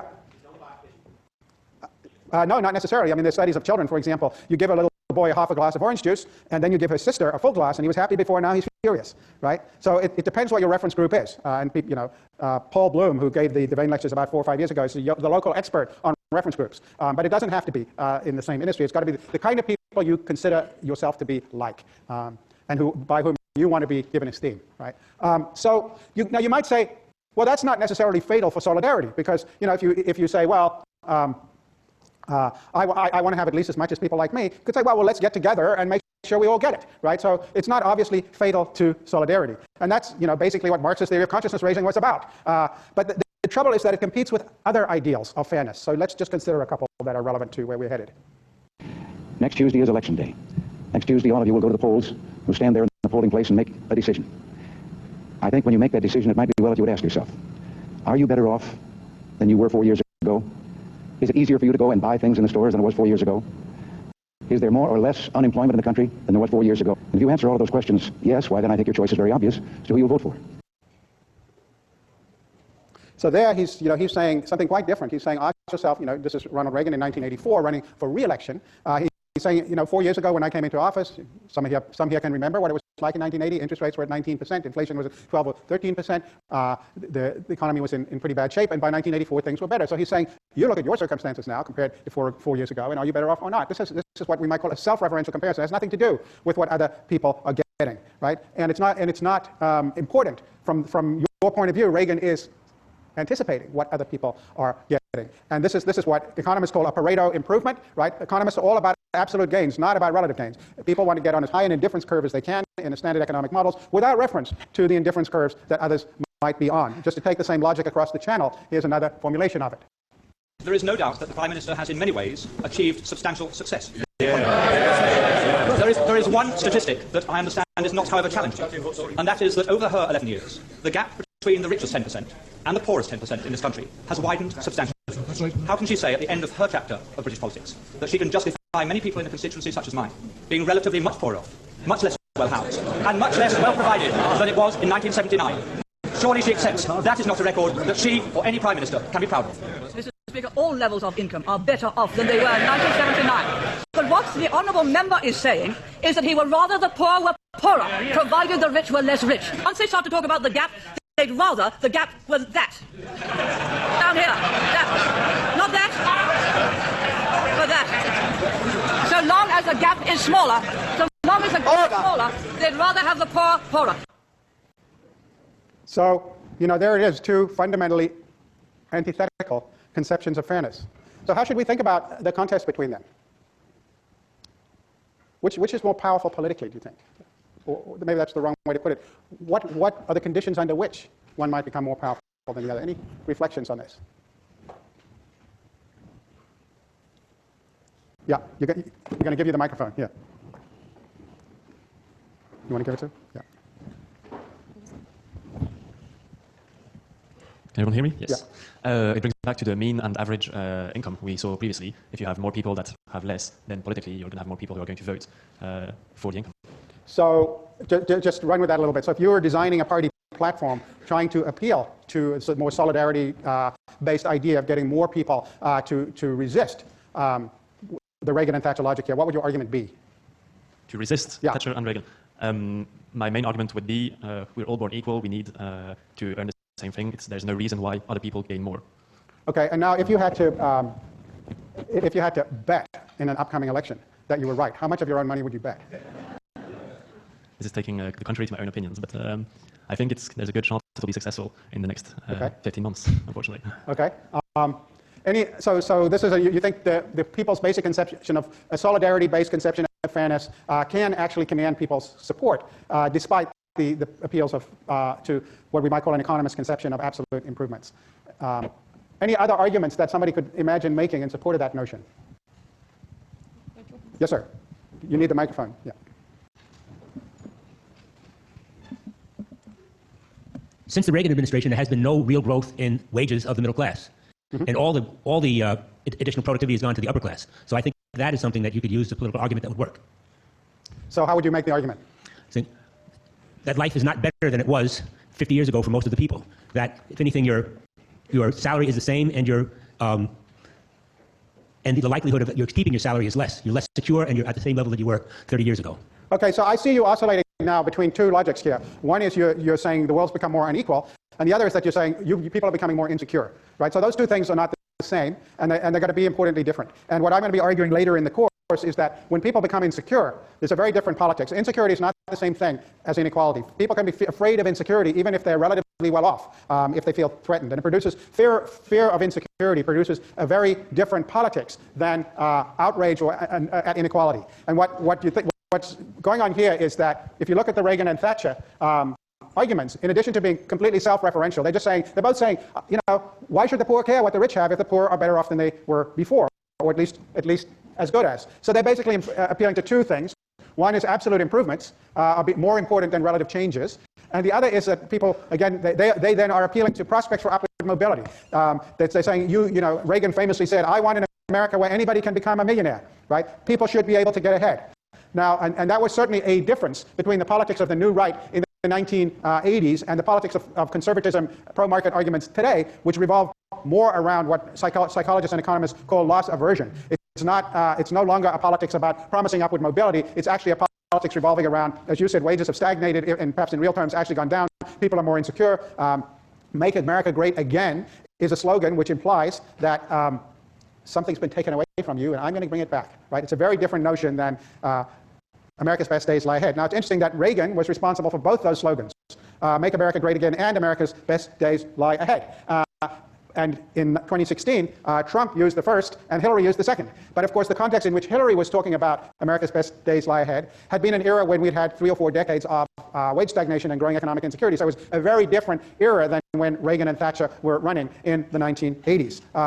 But those are more contextual things. I want to just make some more basic points about the logic of distribution here, which is what Thatcher's success was keying off of is this wonderful line from the Times obituary of Benjamin Disraeli. He died in 1881. I don't know why it took them 2 years to write the obituary, but they said he discerned the conservative nature of the working man in the same way as a sculptor discerns an angel in a block of marble. So what Disraeli, he basically understood this logic of divide a guinea rather than divide a dollar. But that there was plenty of reasons to think that you could appeal to working class voters to support conservative policies. And you know, one of the I think enduring myths on the intellectual left is that when poor people don't support redistributive politics, they're somehow acting against their own interests. Sort of, what's the matter with Kansas, right? Thomas Frank. Why are these people voting in ways that are not in their interest? Even setting aside whether there's a second dimension like race, which you know might be part of the story, but it might not be part of the story, being promised minor incremental improvements might be sufficient to get people to support a political program without reference to what others are doing. And I think that the other thing to say, you could say, okay, so these are two competing conceptions of fairness. It's not obvious why one will win rather than the other. But the difficulty is that it's much harder to hold a solidaristic coalition together precisely because all you have to do is start picking off some people from that coalition until you've got enough. So even if 40 or 50 or 60% remain in solidarity with this basic conception of fairness, if you could promise upward mobility to others, that might be enough. Or if you could promise at least repairing the losses that they've had, maybe subsidies for the industries in which they work, that might be enough. And again, we'll talk much more about populism since 2016 later. But notice that Donald Trump, in no rally, no campaign speech, no piece of campaign literature ever said he was going to reduce inequality in America. He said, I'm going to bring industrial jobs back. He said, these people are corrupt and they've been screwing things up. But he did not promise to reduce inequality. He promised to give people absolute improvements, or at least prevent them from experiencing further absolute losses, period. So it makes it harder, we might say, all else equal, it's harder to sustain solidaristic conceptions of fairness because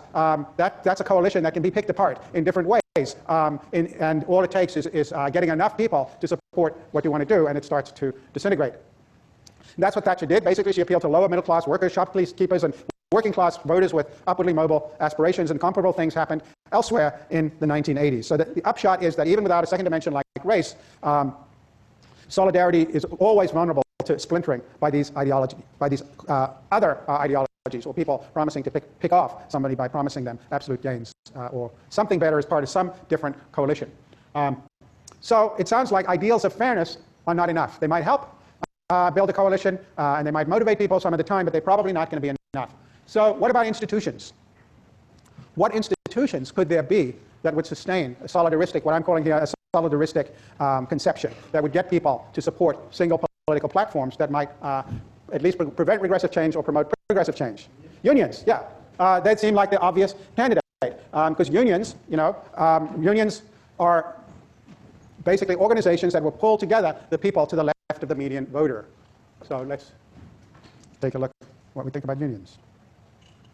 Sam Donaldson, ABC News. That's right, by air traffic controllers. From the President, a strong warning. They are in violation of the law, and if they do not report for work within 48 hours, they have forfeited their jobs and will be terminated. From the union, a defiant response. The controllers out there firmly believe in what they are doing, and we will continue to strike. From ABC, this is World News Tonight, with Pierre Jennings at the foreign desk in London, and from our desk in Washington, Frank Reynolds. Good evening. The strike began as scheduled at 7 o'clock local time this morning. Its impact was immediate. Most flights delayed, many more canceled. But there was no delay in the reaction of the federal government, led by the President himself. We have a series of reports tonight. First, here is White House correspondent Sam Donaldson. 4 hours after the strike began, President Reagan, described by aides as very angry and very determined, served notice on the air traffic controllers that they had better return to work quickly or else. Government cannot close down the assembly line. It has to provide without interruption the protective services which are government's reason for being. It was in recognition of this that the Congress passed a law forbidding strikes by government employees against the public safety.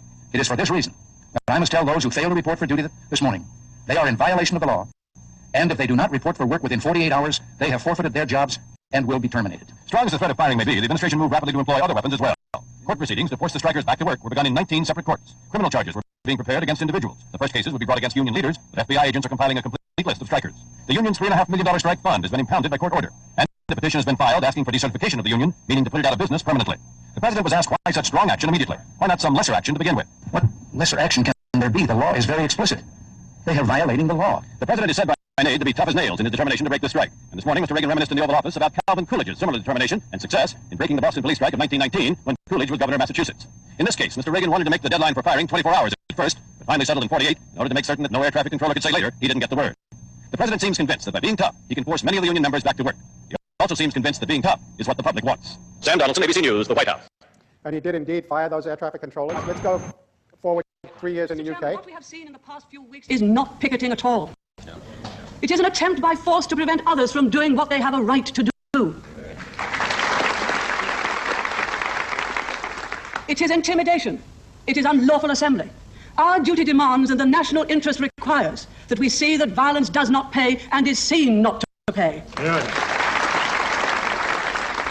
Let violence cease. Let the law be kept. That is the spoken and unspoken hope and wish of millions of our fellow citizens.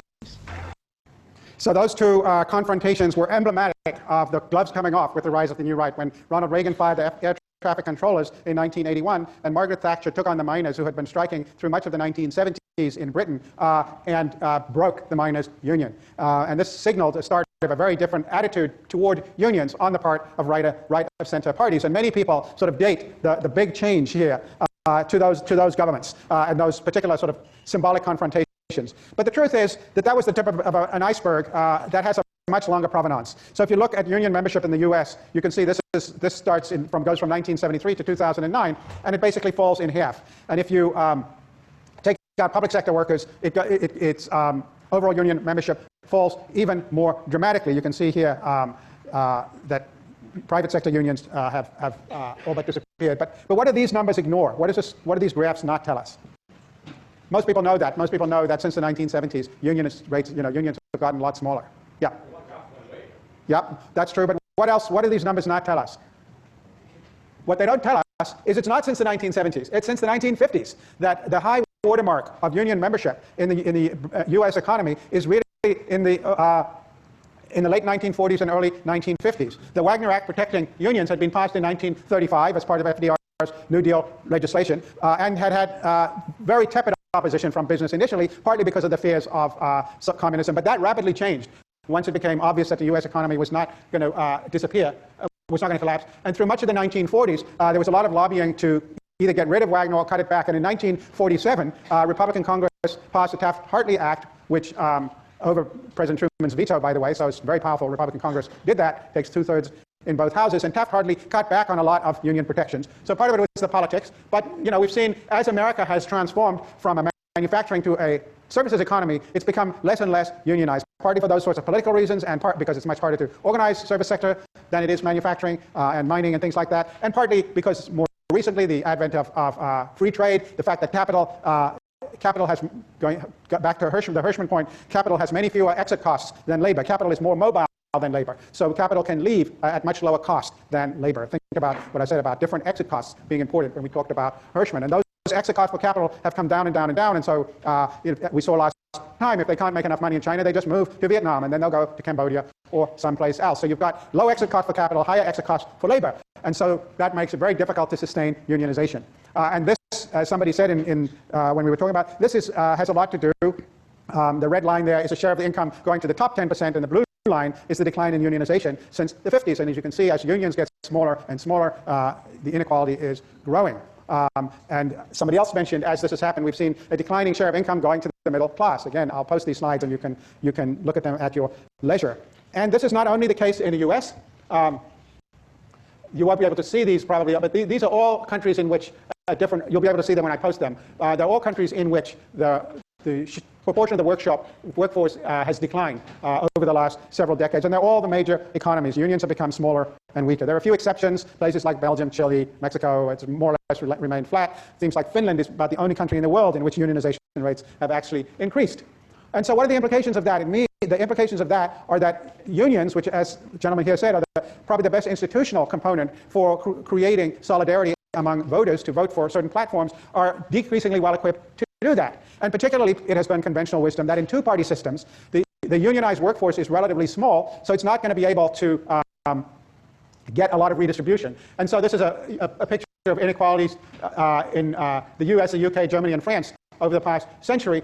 For all countries, it's this U shape. So we go from the Gilded Age to where we are now, more or less, in this U shape with more equality in the middle of the century. But as you can see, the U is deeper in the US and the UK, which have two-party systems, and it's shallower in France and Germany, which have multi-party systems. And this has been a source of the conventional wisdom that two-party systems are less redistributive to the median voter than multi-party systems. This has been conventional wisdom for a very long time. And part of the reason here is, as unions have, as the left of center party is less and less connected to a powerful union movement, there's going to be less demand on it to deliver those kinds of redistributive changes. And indeed, there's scholarship, mostly from 20 or 30 years ago, suggesting that multi-party systems are more responsive to the median voter in the policies that they actually enact. Whether that is in fact true anymore is what we'll talk about next time. See you on Tuesday.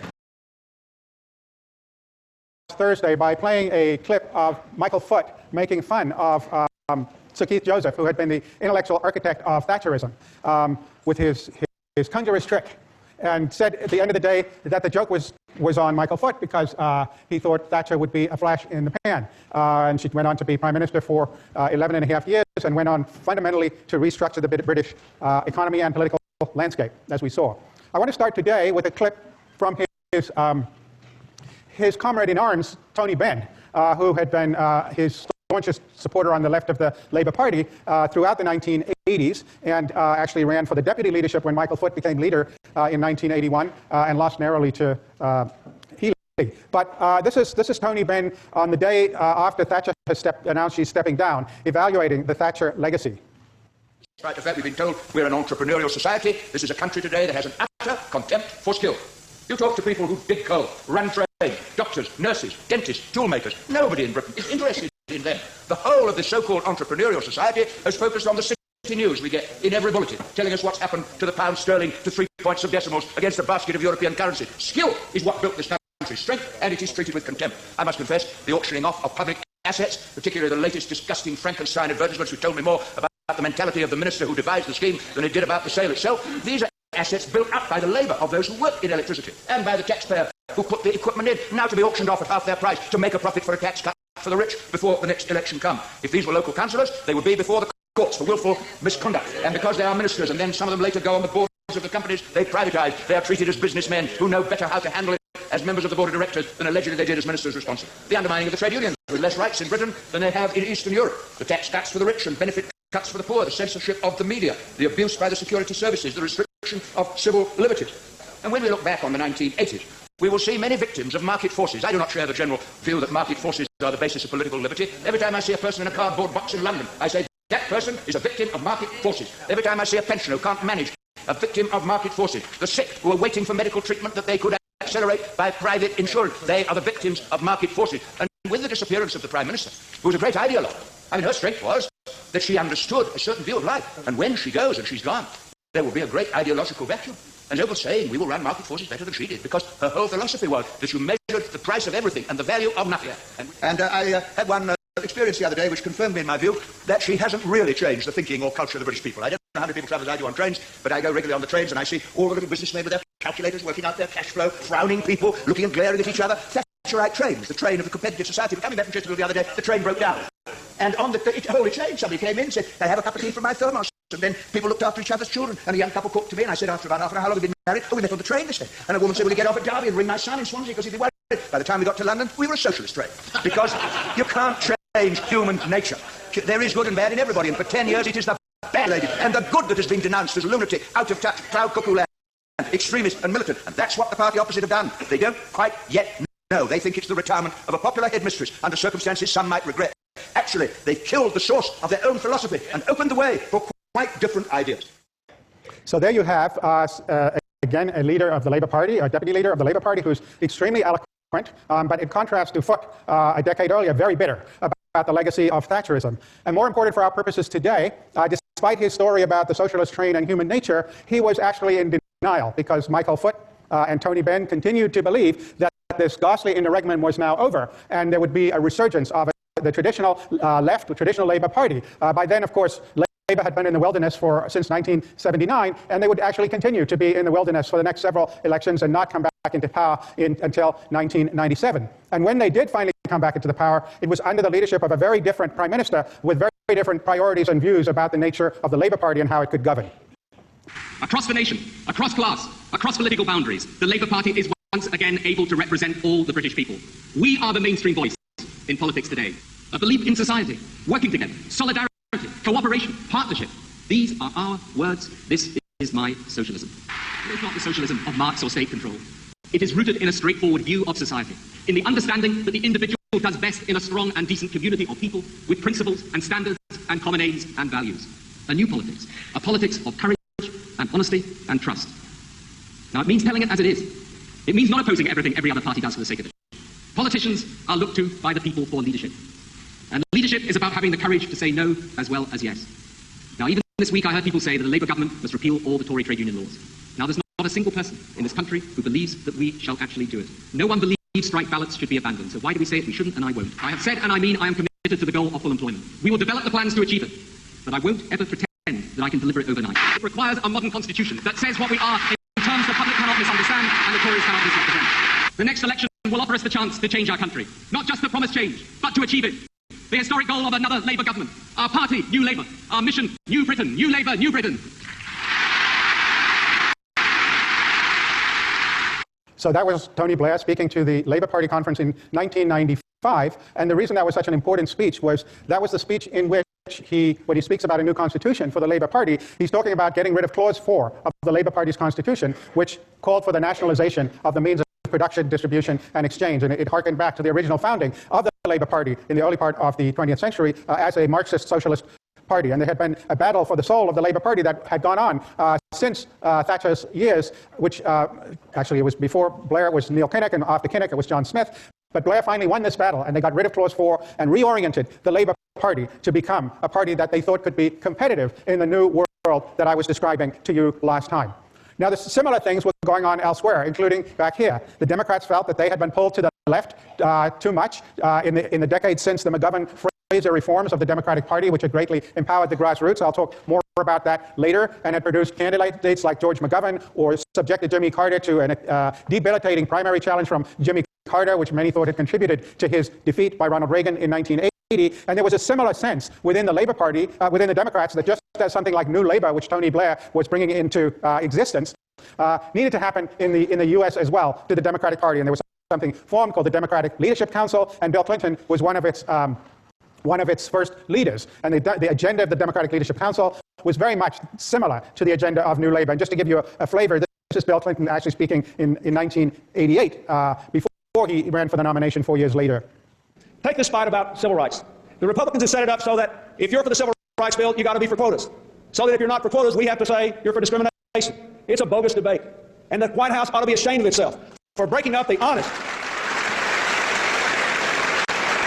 We're breaking up the honest attempt of the Business Roundtable and the civil rights groups of this country to have a new choice, where you can have economic growth, small business vitality. You don't wake up every day being scared to death of a lawsuit, but we protect women and minorities and people who deserve it from unfair discrimination on the job, which we all know still exists in this country. Take the debate about poor children. The way the Republicans set the debate up, they say, well, the Democrats are for throwing more money at these problems, and we know you can't throw money at them. We just said that. And we're for family values. Well, let me tell you something. Family values won't feed a hungry child. But you can't raise that hungry child very well without them. We need both. Do you really believe that if we permit these conditions to go on for 10 or 20, 30 years, and we permit national politics to continue in its present irrelevant track for 10 or 20 or 30 years, that America will lead the world we've made, that you can keep the American dream alive for the next generation of Americans? I want my child to grow up in the America I did. I don't want her to be part of the first generation of Americans to do worse than their parents did. I don't want her to be a part of a country that's coming apart instead of coming together. Over 25 years ago, I had a professor of Western civilization who told me our country was the greatest country in human history because our people had always believed in two simple things. One is that the present doesn't have to be as good as the future. The future can always be better. And two, that every one of us has a personal moral responsibility to make it so. That is what the new choice is all about. That is what we're here in Cleveland to do. We're not here to save the Democratic Party. We're here to save the United States of America. Thank you very much, and God bless you. So there was Bill Clinton on the cusp of his leadership role in the Democratic Party, and who would subsequently go on to become president. And so today's agenda is to understand this reorientation of the parties of the left, and then think about their place in the broader scheme that we're developing as the course goes along. Our agenda is going to have three parts to it.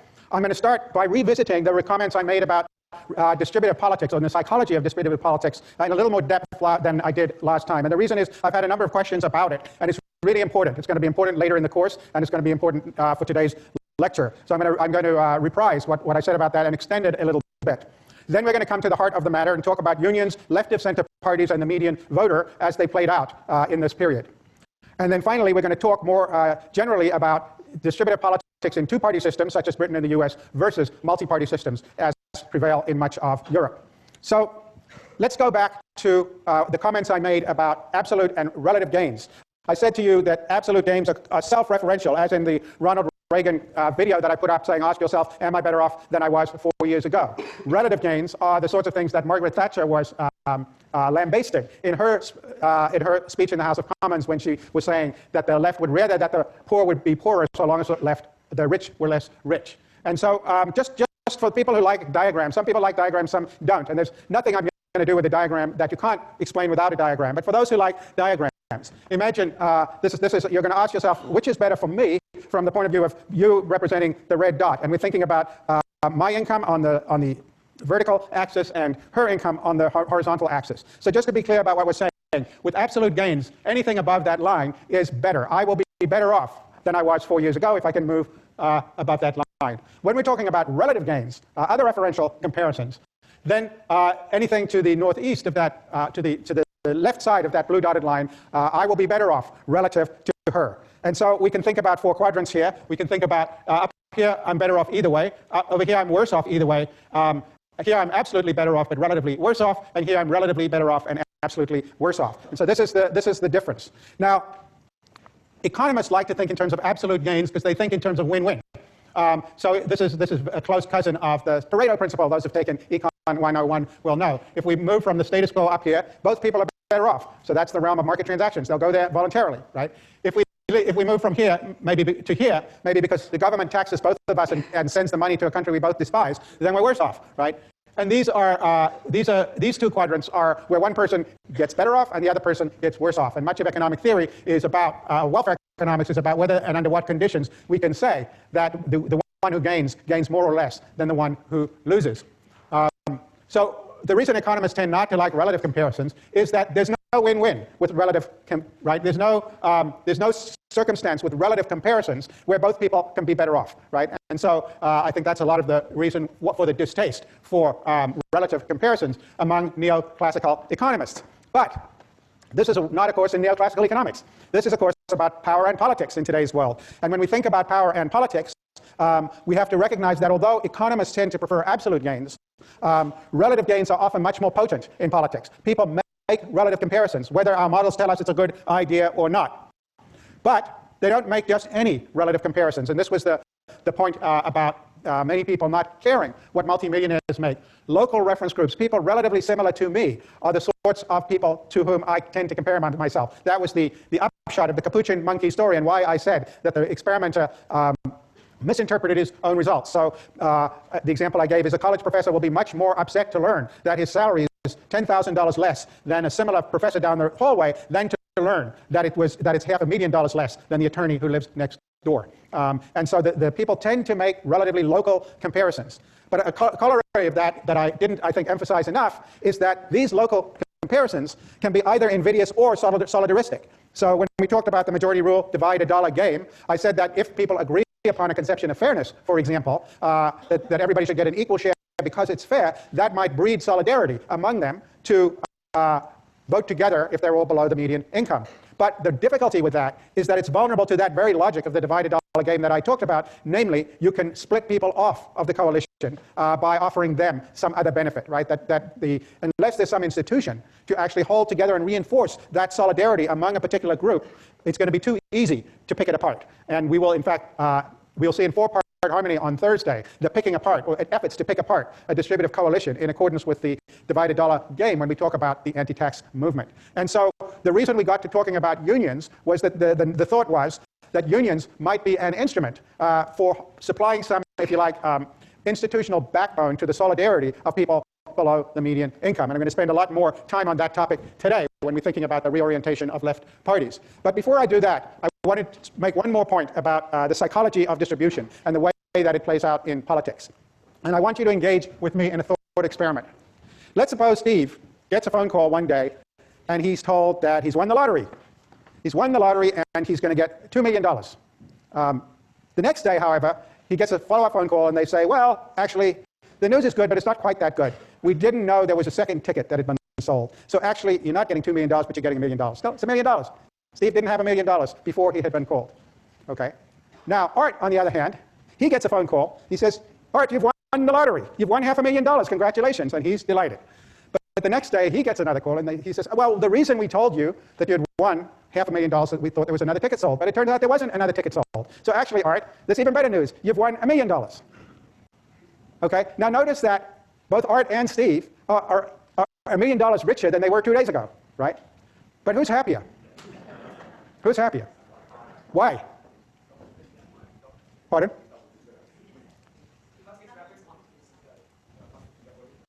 Art, you tell us. Why are you happy?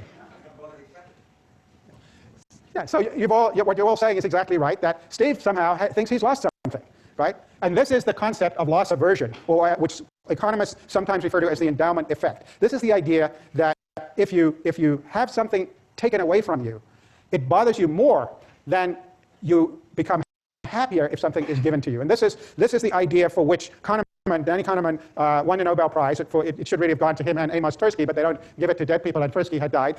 And again, for people who like diagrams, this is the diagram. They called it prospect theory. And the idea is, the curve is always the shape. The idea is to capture this notion that the prospect of a gain does not bring as much happiness as the prospect of an equivalent loss brings unhappiness. Okay? And so this is why, if you want to motivate people to do something, it's better to talk to them about undoing a loss or avoiding a loss than the prospect of a gain. And so this is we will come back to this idea in the last part of the course, because I think it has a lot to do with the psychology behind the politics of populism that we'll be talking about later. So this is the notion of loss aversion. Now, some people wonder about why is it? Because at some level it's irrational to weight a potential loss more heavily in terms of utility than weighting a potential gain, particularly if the things are equivalent. The endowment effect, the idea is if you own something, you won't take the price that you would take if you didn't own it to give it up. Again, just this idea that it's mine, I don't want to give it up, is so important. And there's speculation about why people are like this. One of the leading theories is that for so long in human history, people lived so close to the survival that even a small loss might have been catastrophic from the point of view of survival. And so people have built in this idea of avoiding losses as being more consequential than getting gains. It's one theory. There are others. Okay, so we're just keeping all of that in our analytical bag of tricks as we work our way through the rest of today's lecture and some of the other materials in the course. So the basic challenge for left-of-center parties in this new world is that unions, as institutions that can reinforce solidaristic ideals among voters below below the median income are becoming less effective. This is the basic challenge. And the reason is, why? Because unions are becoming, unions protect their members and they're becoming smaller and weaker. And that means two things. They're going to be less effective at protecting their members, and the externalities of protecting their members when they do, the spin-offs, are going to be less distinct. So that's what we're going to be exploring. And I put this picture up last time when we were talking about the right to make the point that in the US, people think about the decline of the union since the 70s, but really the high point of union membership in the American economy was in the 1950s, and it's been falling ever since. So the UK is a comparable story, just later.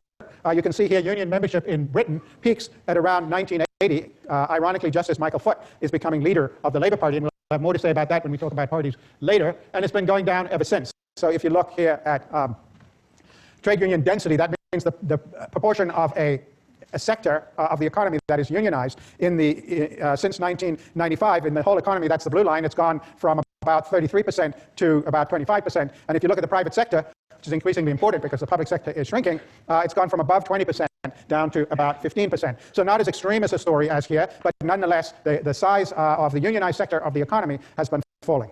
Now, the upshot of this is that unions are decreasingly effective institutions to enforce solidarity below median income voters. And here, this requires quite a bit of unpacking. The reason is that where unions remain powerful within left of center parties, they'll pull them away from the median voter. So you saw this, for example, in the 1970s and 80s in the UK, where the unions were very powerful within the Labour Party. They controlled the leadership selection process, for example. That's how Michael Foot became leader in 1980. And the TUC, the trade union organization, has enormous, it has less now, but had at that time, enormous power in setting labor policy. But if you think about union membership declining, that means that if they support unions, they're going to be pulling the Labour Party away from the median voter, most of whom are not unionized. And indeed, one way of talking about the story of British politics in the 1970s and 80s, well, certainly until Thatcher in the late 60s and 70s, is this divergence of interest. So both Conservative and Labour governments alike used to have things like that they called incomes policies. And incomes policies were basically agreements that they worked out. The politicians, it was sometimes went under the name of liberal corporatism among academics. You might think liberal corporatism is a contradiction in terms. When we say corporatism, we think of Italian fascism. But the idea of liberal corporatism was the idea that the government would negotiate a deal among business and the unions and then turn it into law and enforce it. And so the Heath government, Heath was a Conservative, the Wilson and Callaghan Labour governments were always trying to negotiate these incomes policies with the unions. And they would agree that wage increases are going to be capped at 6%. And then what they would find was that the unions, in the steel industry or the coal industry, figured that they could actually negotiate a higher settlement with their employers and would bust the agreement. And even under Labour governments, Wilson or Callaghan would call in the union leadership and say, "Why are you doing this? You agreed to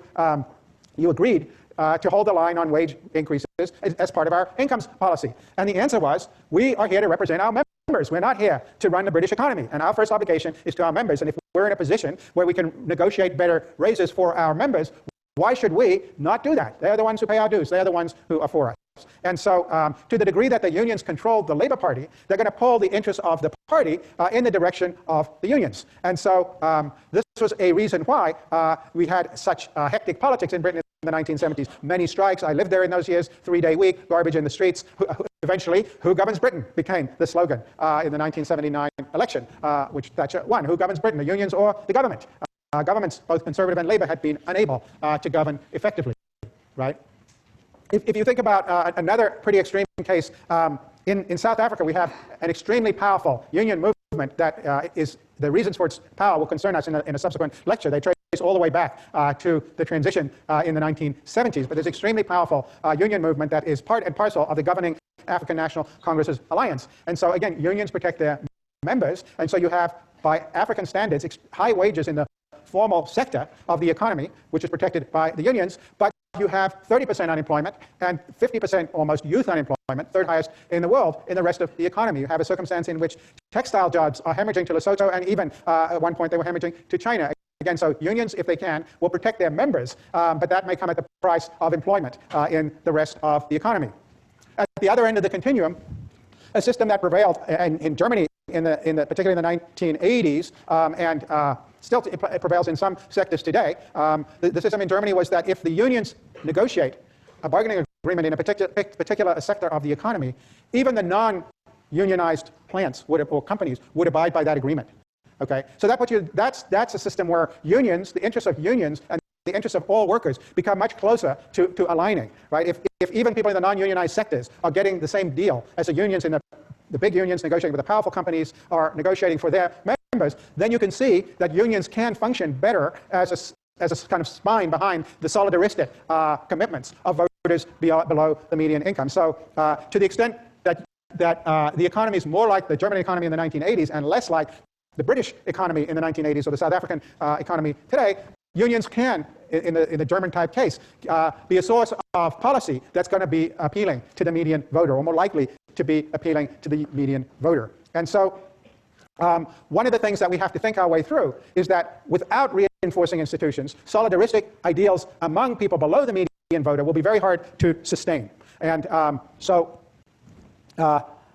this leads to the logic of what we call sometimes triangulation. So just to give you a couple of examples here. They're a new generation of Democrats, Bill Clinton and Al Gore, and they don't think the way the old Democratic Party did. They call for an end to welfare as we know it, so welfare can be a second chance, not a way of life. They've sent a strong signal to criminals by supporting the death penalty, and they've rejected the old tax and spend politics. Clinton's balanced 12 budgets, and they've proposed a new plan investing in people, detailing $140 billion in spending cuts they'd make right now. Clinton Gore, for people, for a change. So there you see the Clinton campaign moving very far to the right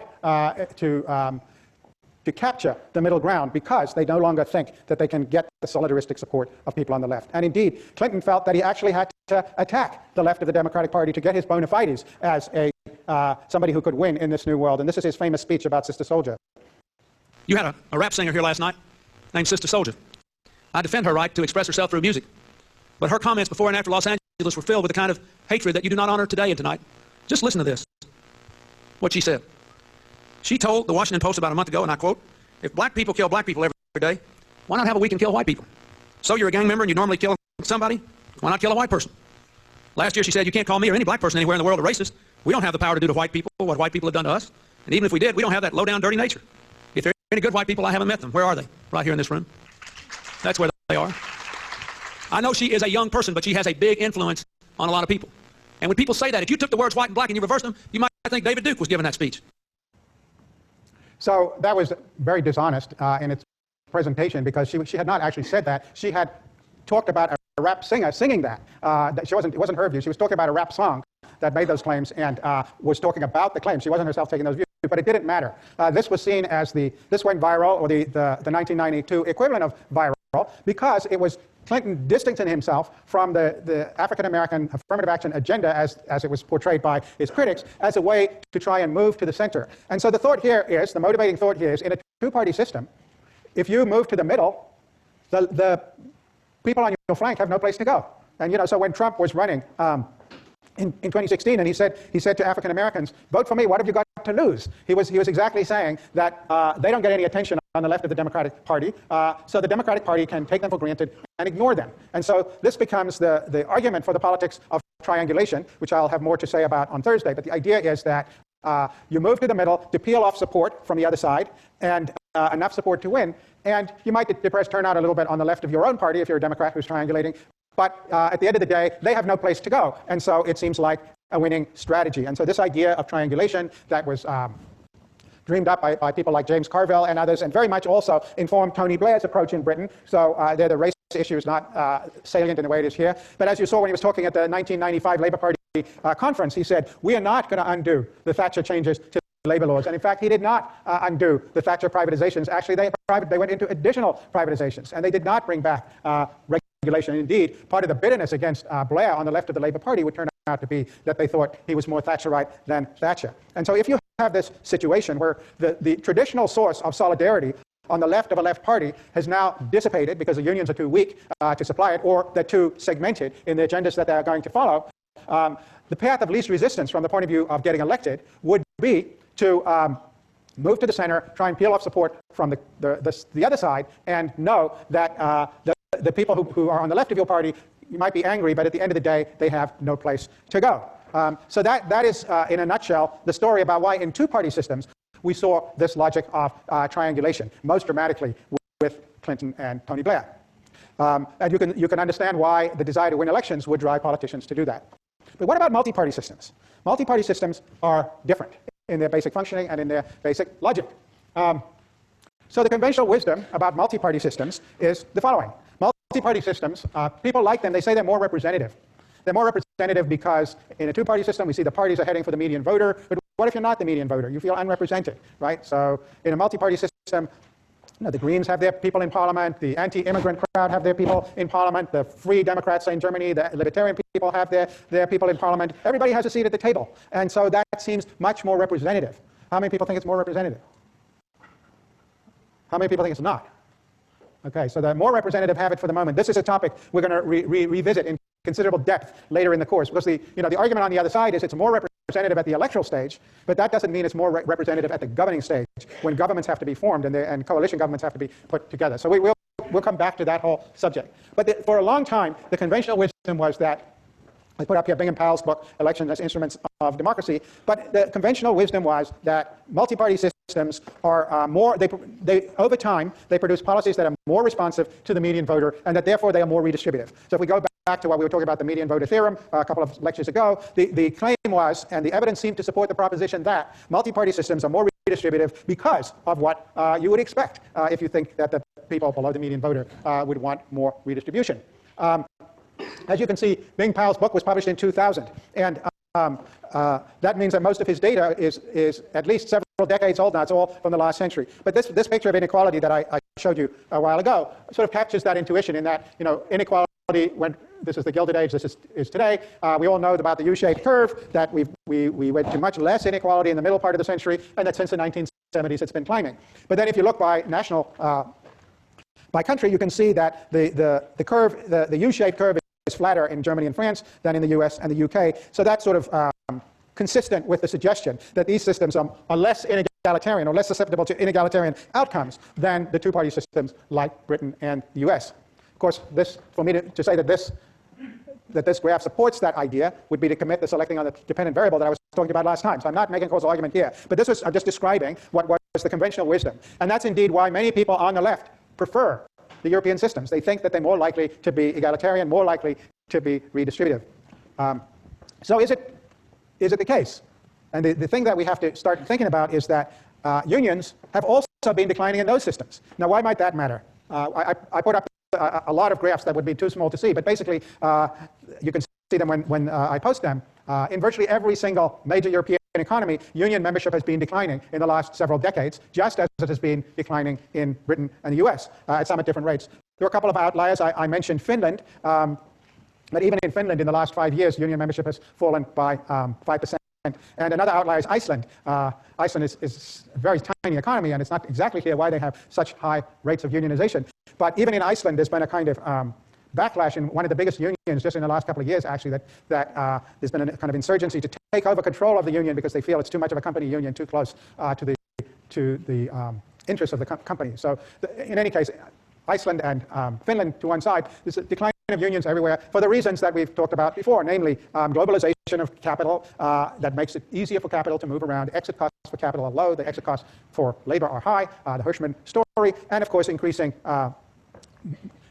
jobs going to technology. And that indeed may be more important than globalization going forward, that the McDonald's restaurant that used to have 20 people working in it, that you now see 8 people working in it, 5 or 8 years from now may have 1 person working in it watching a robot making burgers.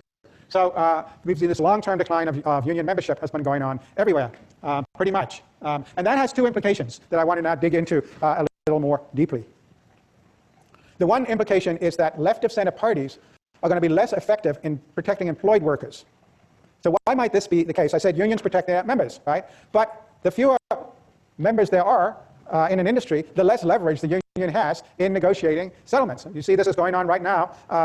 This isn't in a multi-party system, but you see this right now going on in Detroit. Why are those workers on strike? They're on strike or threatening to go on strike because the GM cannot compete with the foreign car makers working in southern states of the U.S. that are so-called right-to-work states that are not unionized, that are paying $30 an hour, whereas a union agreement is more like $40 an hour. So these unions are less powerful in negotiating with employers. GM could choose not to produce electric cars in Detroit and start producing them elsewhere. And so that you would expect unions would be less able to negotiate strong deals, whether or not it's part of a corporatist arrangement subsequently enforced by the government. So Germany. I said Germany was the sort of, in the 80s, was the heyday of what political economists were calling liberal corporatism, these big deals done by between the big unions and big business, and the governments would get behind them. But in the early part of this century, interestingly, when Gerhard Schroeder, as the last social democratic chancellor, was in a governing alliance with who? The Greens. Not a grand alliance with the CDU, but with the Green Party. They implemented these so-called Hartz reforms, and the Hartz reforms were not that different from what was done by New Labour in the UK, and not that different from what was done under the Democrats in the US. The New Democrats under the US, they were market-friendly reforms designed to reduce unemployment, to protect unemployment, reduce unemployment rather than protect workers' wages, more market flexibility. Hartz, the author of the Hartz reforms, had been the head of Volkswagen, eventually actually resigned in disgrace a couple of years later for unrelated reasons. But he had designed these very business-friendly reforms that were implemented over the first few years. There were 4 stages of them in Germany that were their form of moving to the middle, right? So that the Social Democrats, even when their only alliance partner was the Green, couldn't resist this tide. They were no longer in a position to force more generous settlements to their workers as they had been in the past. And by the way, even though Schroeder implemented the Hartz reforms, it didn't stop him from losing to Angela Merkel in the 2005 election, and she's been the Chancellor of Germany ever since. So, so the move to the center, even in a multi-party system where the labor-oriented party was in the driver's seat of the government, was unable to do any better because of the declining power of the unions. And the other implication is that to the extent you can protect unionized workers, that may impose costs on others below the median income. Service sector workers, who are notoriously difficult to organize, even though these economies are all increasingly becoming service sector economies, and the long-term unemployed, because if you think about a union, it's going to protect the short-term unemployed, namely their members who might recently have become unemployed and might be going back into the workforce, but they don't have an interest in protecting the long-term unemployed. On the contrary, there may be a trade-off between creating employment for the long-term unemployed and protecting the wages of unionized workers. So it's not surprising that even in multi-party systems, you might think that unionized workers, as represented by traditional left-of-center parties, are going to be less well protected and less effective as instruments of solidarity among others whose income is below the median voter. So, how might this play out in a multi-party system? In a two-party system, as I've said, the path of least resistance is to head for the middle and let the people on the flanks of your party stew, right? Multi-party systems are different because there are plenty of people to form coalitions with. And so this is, I should say that the slides that I'm going to show you now are very much from work in progress that I'm doing with Francis Rosenbluth and some economists, postdocs, that is somewhat tentative, but there's some pretty dramatic conclusions, I think, on some matters. So you can see on here, this is from 1960 to 2020, 26 OECD countries, the vast majority of them multi-party systems, the number of parties represented in the legislature. The number of parties differs from the number of effective parties only in that effective parties weight them by their size. But what you can see is that the number of parties in the legislature has gone up. We see fragmentation of political parties, right? And if you look at the left parties in these 26 OECD countries, what you can see is that while the voting share, which is the black line, is pretty much flat from it's gone down a little bit since 2010, the number of parties has gone up dramatically. Why might that be? Why would we think, given what I've been talking about here, why would one think that we would start to see more parties? Fragmentation just means more parties. Yeah, you're going to have to yell. We forgot to get the microphone today. So you have to scream. Bingo. That's exactly right. So just to give an example, the Social Democrats moved somewhat to the center and alienated people on their left, and those people then were up for grabs by other parties. It's not the case that they have no place to go. And so one possible cause of this is just another way of saying what was said at the back of the room, that as industrial jobs have gone down, we can see here industrial jobs falling, right, over this period quite dramatically. The number of parties has gone up. And so as these parties become weaker and represent fewer workers and therefore move in search of new coalition partners, other parties are going to emerge because they can get some seats and they can get a place in the legislature. And it's interesting that if you look at fragmentation of right-wing parties, there's no systematic shape, at least not since 1990s. If you tried to draw a line through that, it would be pretty much flat. So it's really more fragmentation on the left. And if you look here, where has the SPD's vote gone to? It's gone all over the place, right? So this is comparing, this is the 2013 election, the 2017 election in Germany. And you can see they've lost votes to the Alternative for Deutschland. They've lost votes to the Free Democrats. They've lost votes to the Greens. And they've also lost votes to people who stopped voting down here. So as the effects of the Hartz reforms and this move in the neoliberal direction in the SPD has accelerated. By 2013, by the way, they were in a grand coalition with the CDU, so it was a very different kind of government. And many of their traditional supporters indeed thought that they had been selling out, giving away too much to Merkel to be in the coalition. And as I said to you in the very first lecture of the class, that in 2017, when they got hammered, they said, we're not going back into another grand coalition because all we do is erode our base because of the agreements we have to make to be in a grand coalition with the CDU. And it was only after 7 months of Merkel failing to make other coalition arrangements, while the AFD's was increasing its popularity in the polls, frightening everybody at the prospect of another election, that the SPD finally went back into a grand coalition. It didn't help, by the way. I mentioned to you in that lecture that the following year in the regional elections in Vissa and Bavaria, that both the SPD and the CDU continued hemorrhaging support, mostly the SPD to the Greens and mostly the CDU to the Alternative for Deutschland. Since then, we've had local elections where the AfD has again cleaned up. So that is not going to abate anytime soon. So just to, again, I don't want to talk about a lot of this, but this, again, preliminary results. One of the things you see in that circle is that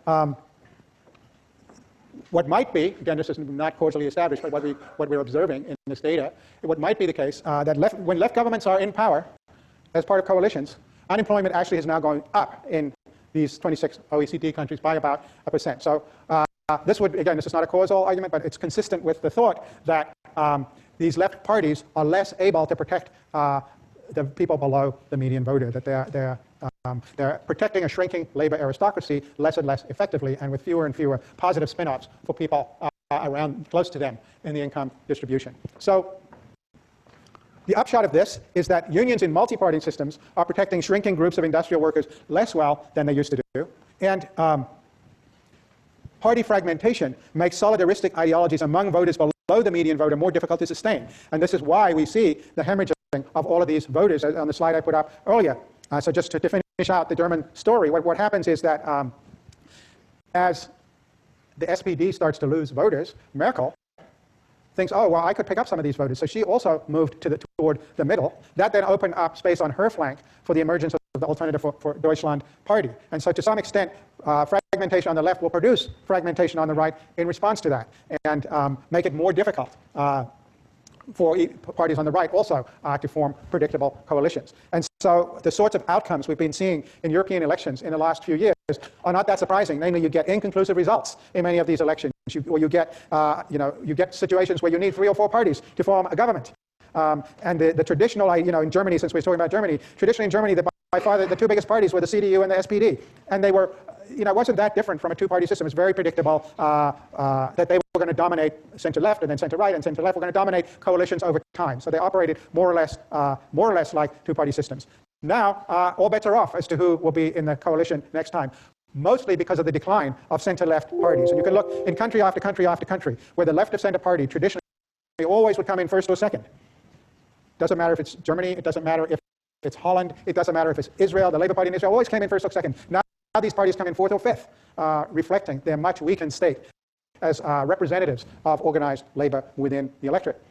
So party fragmentation means that to the extent unions and the political parties that are answerable to unions are sources of solidarity of voters below the median voter, that has really gone away. And that means that even though it's a sort of commonly repeated mantra that PR systems are more redistributive, PR systems are more responsive to the median voter, the truth in today's world is that PR systems are simply vastly less predictable than they used to be. Because of the proliferation of parties, nobody has any idea who is going to be forming the government. And sometimes, so we have a grand coalition in Germany right now, but it can be parties from the 2 extremes, as happened in the Greek elections of 2015, where you had a far-left populist party making a coalition with a far-right populist party. What they shared in common was their antipathy for Europe, but very different alternatives to Europe, membership in Europe being envisaged by them if they were actually in a position to implement their policies. So the traditional advantages of PR, which produces multi-party systems, seems very much in question. So the last implication of this discussion is that the proliferation of far-right parties in these systems is worrying. We talked about this in the very first lecture, but at the end of the day, it's not that surprising because it's being driven by the logic of competitive politics in this new world that has emerged since the Cold War. Okay, Next, we will talk about shifting the goalposts, the anti-tax movement in the United States.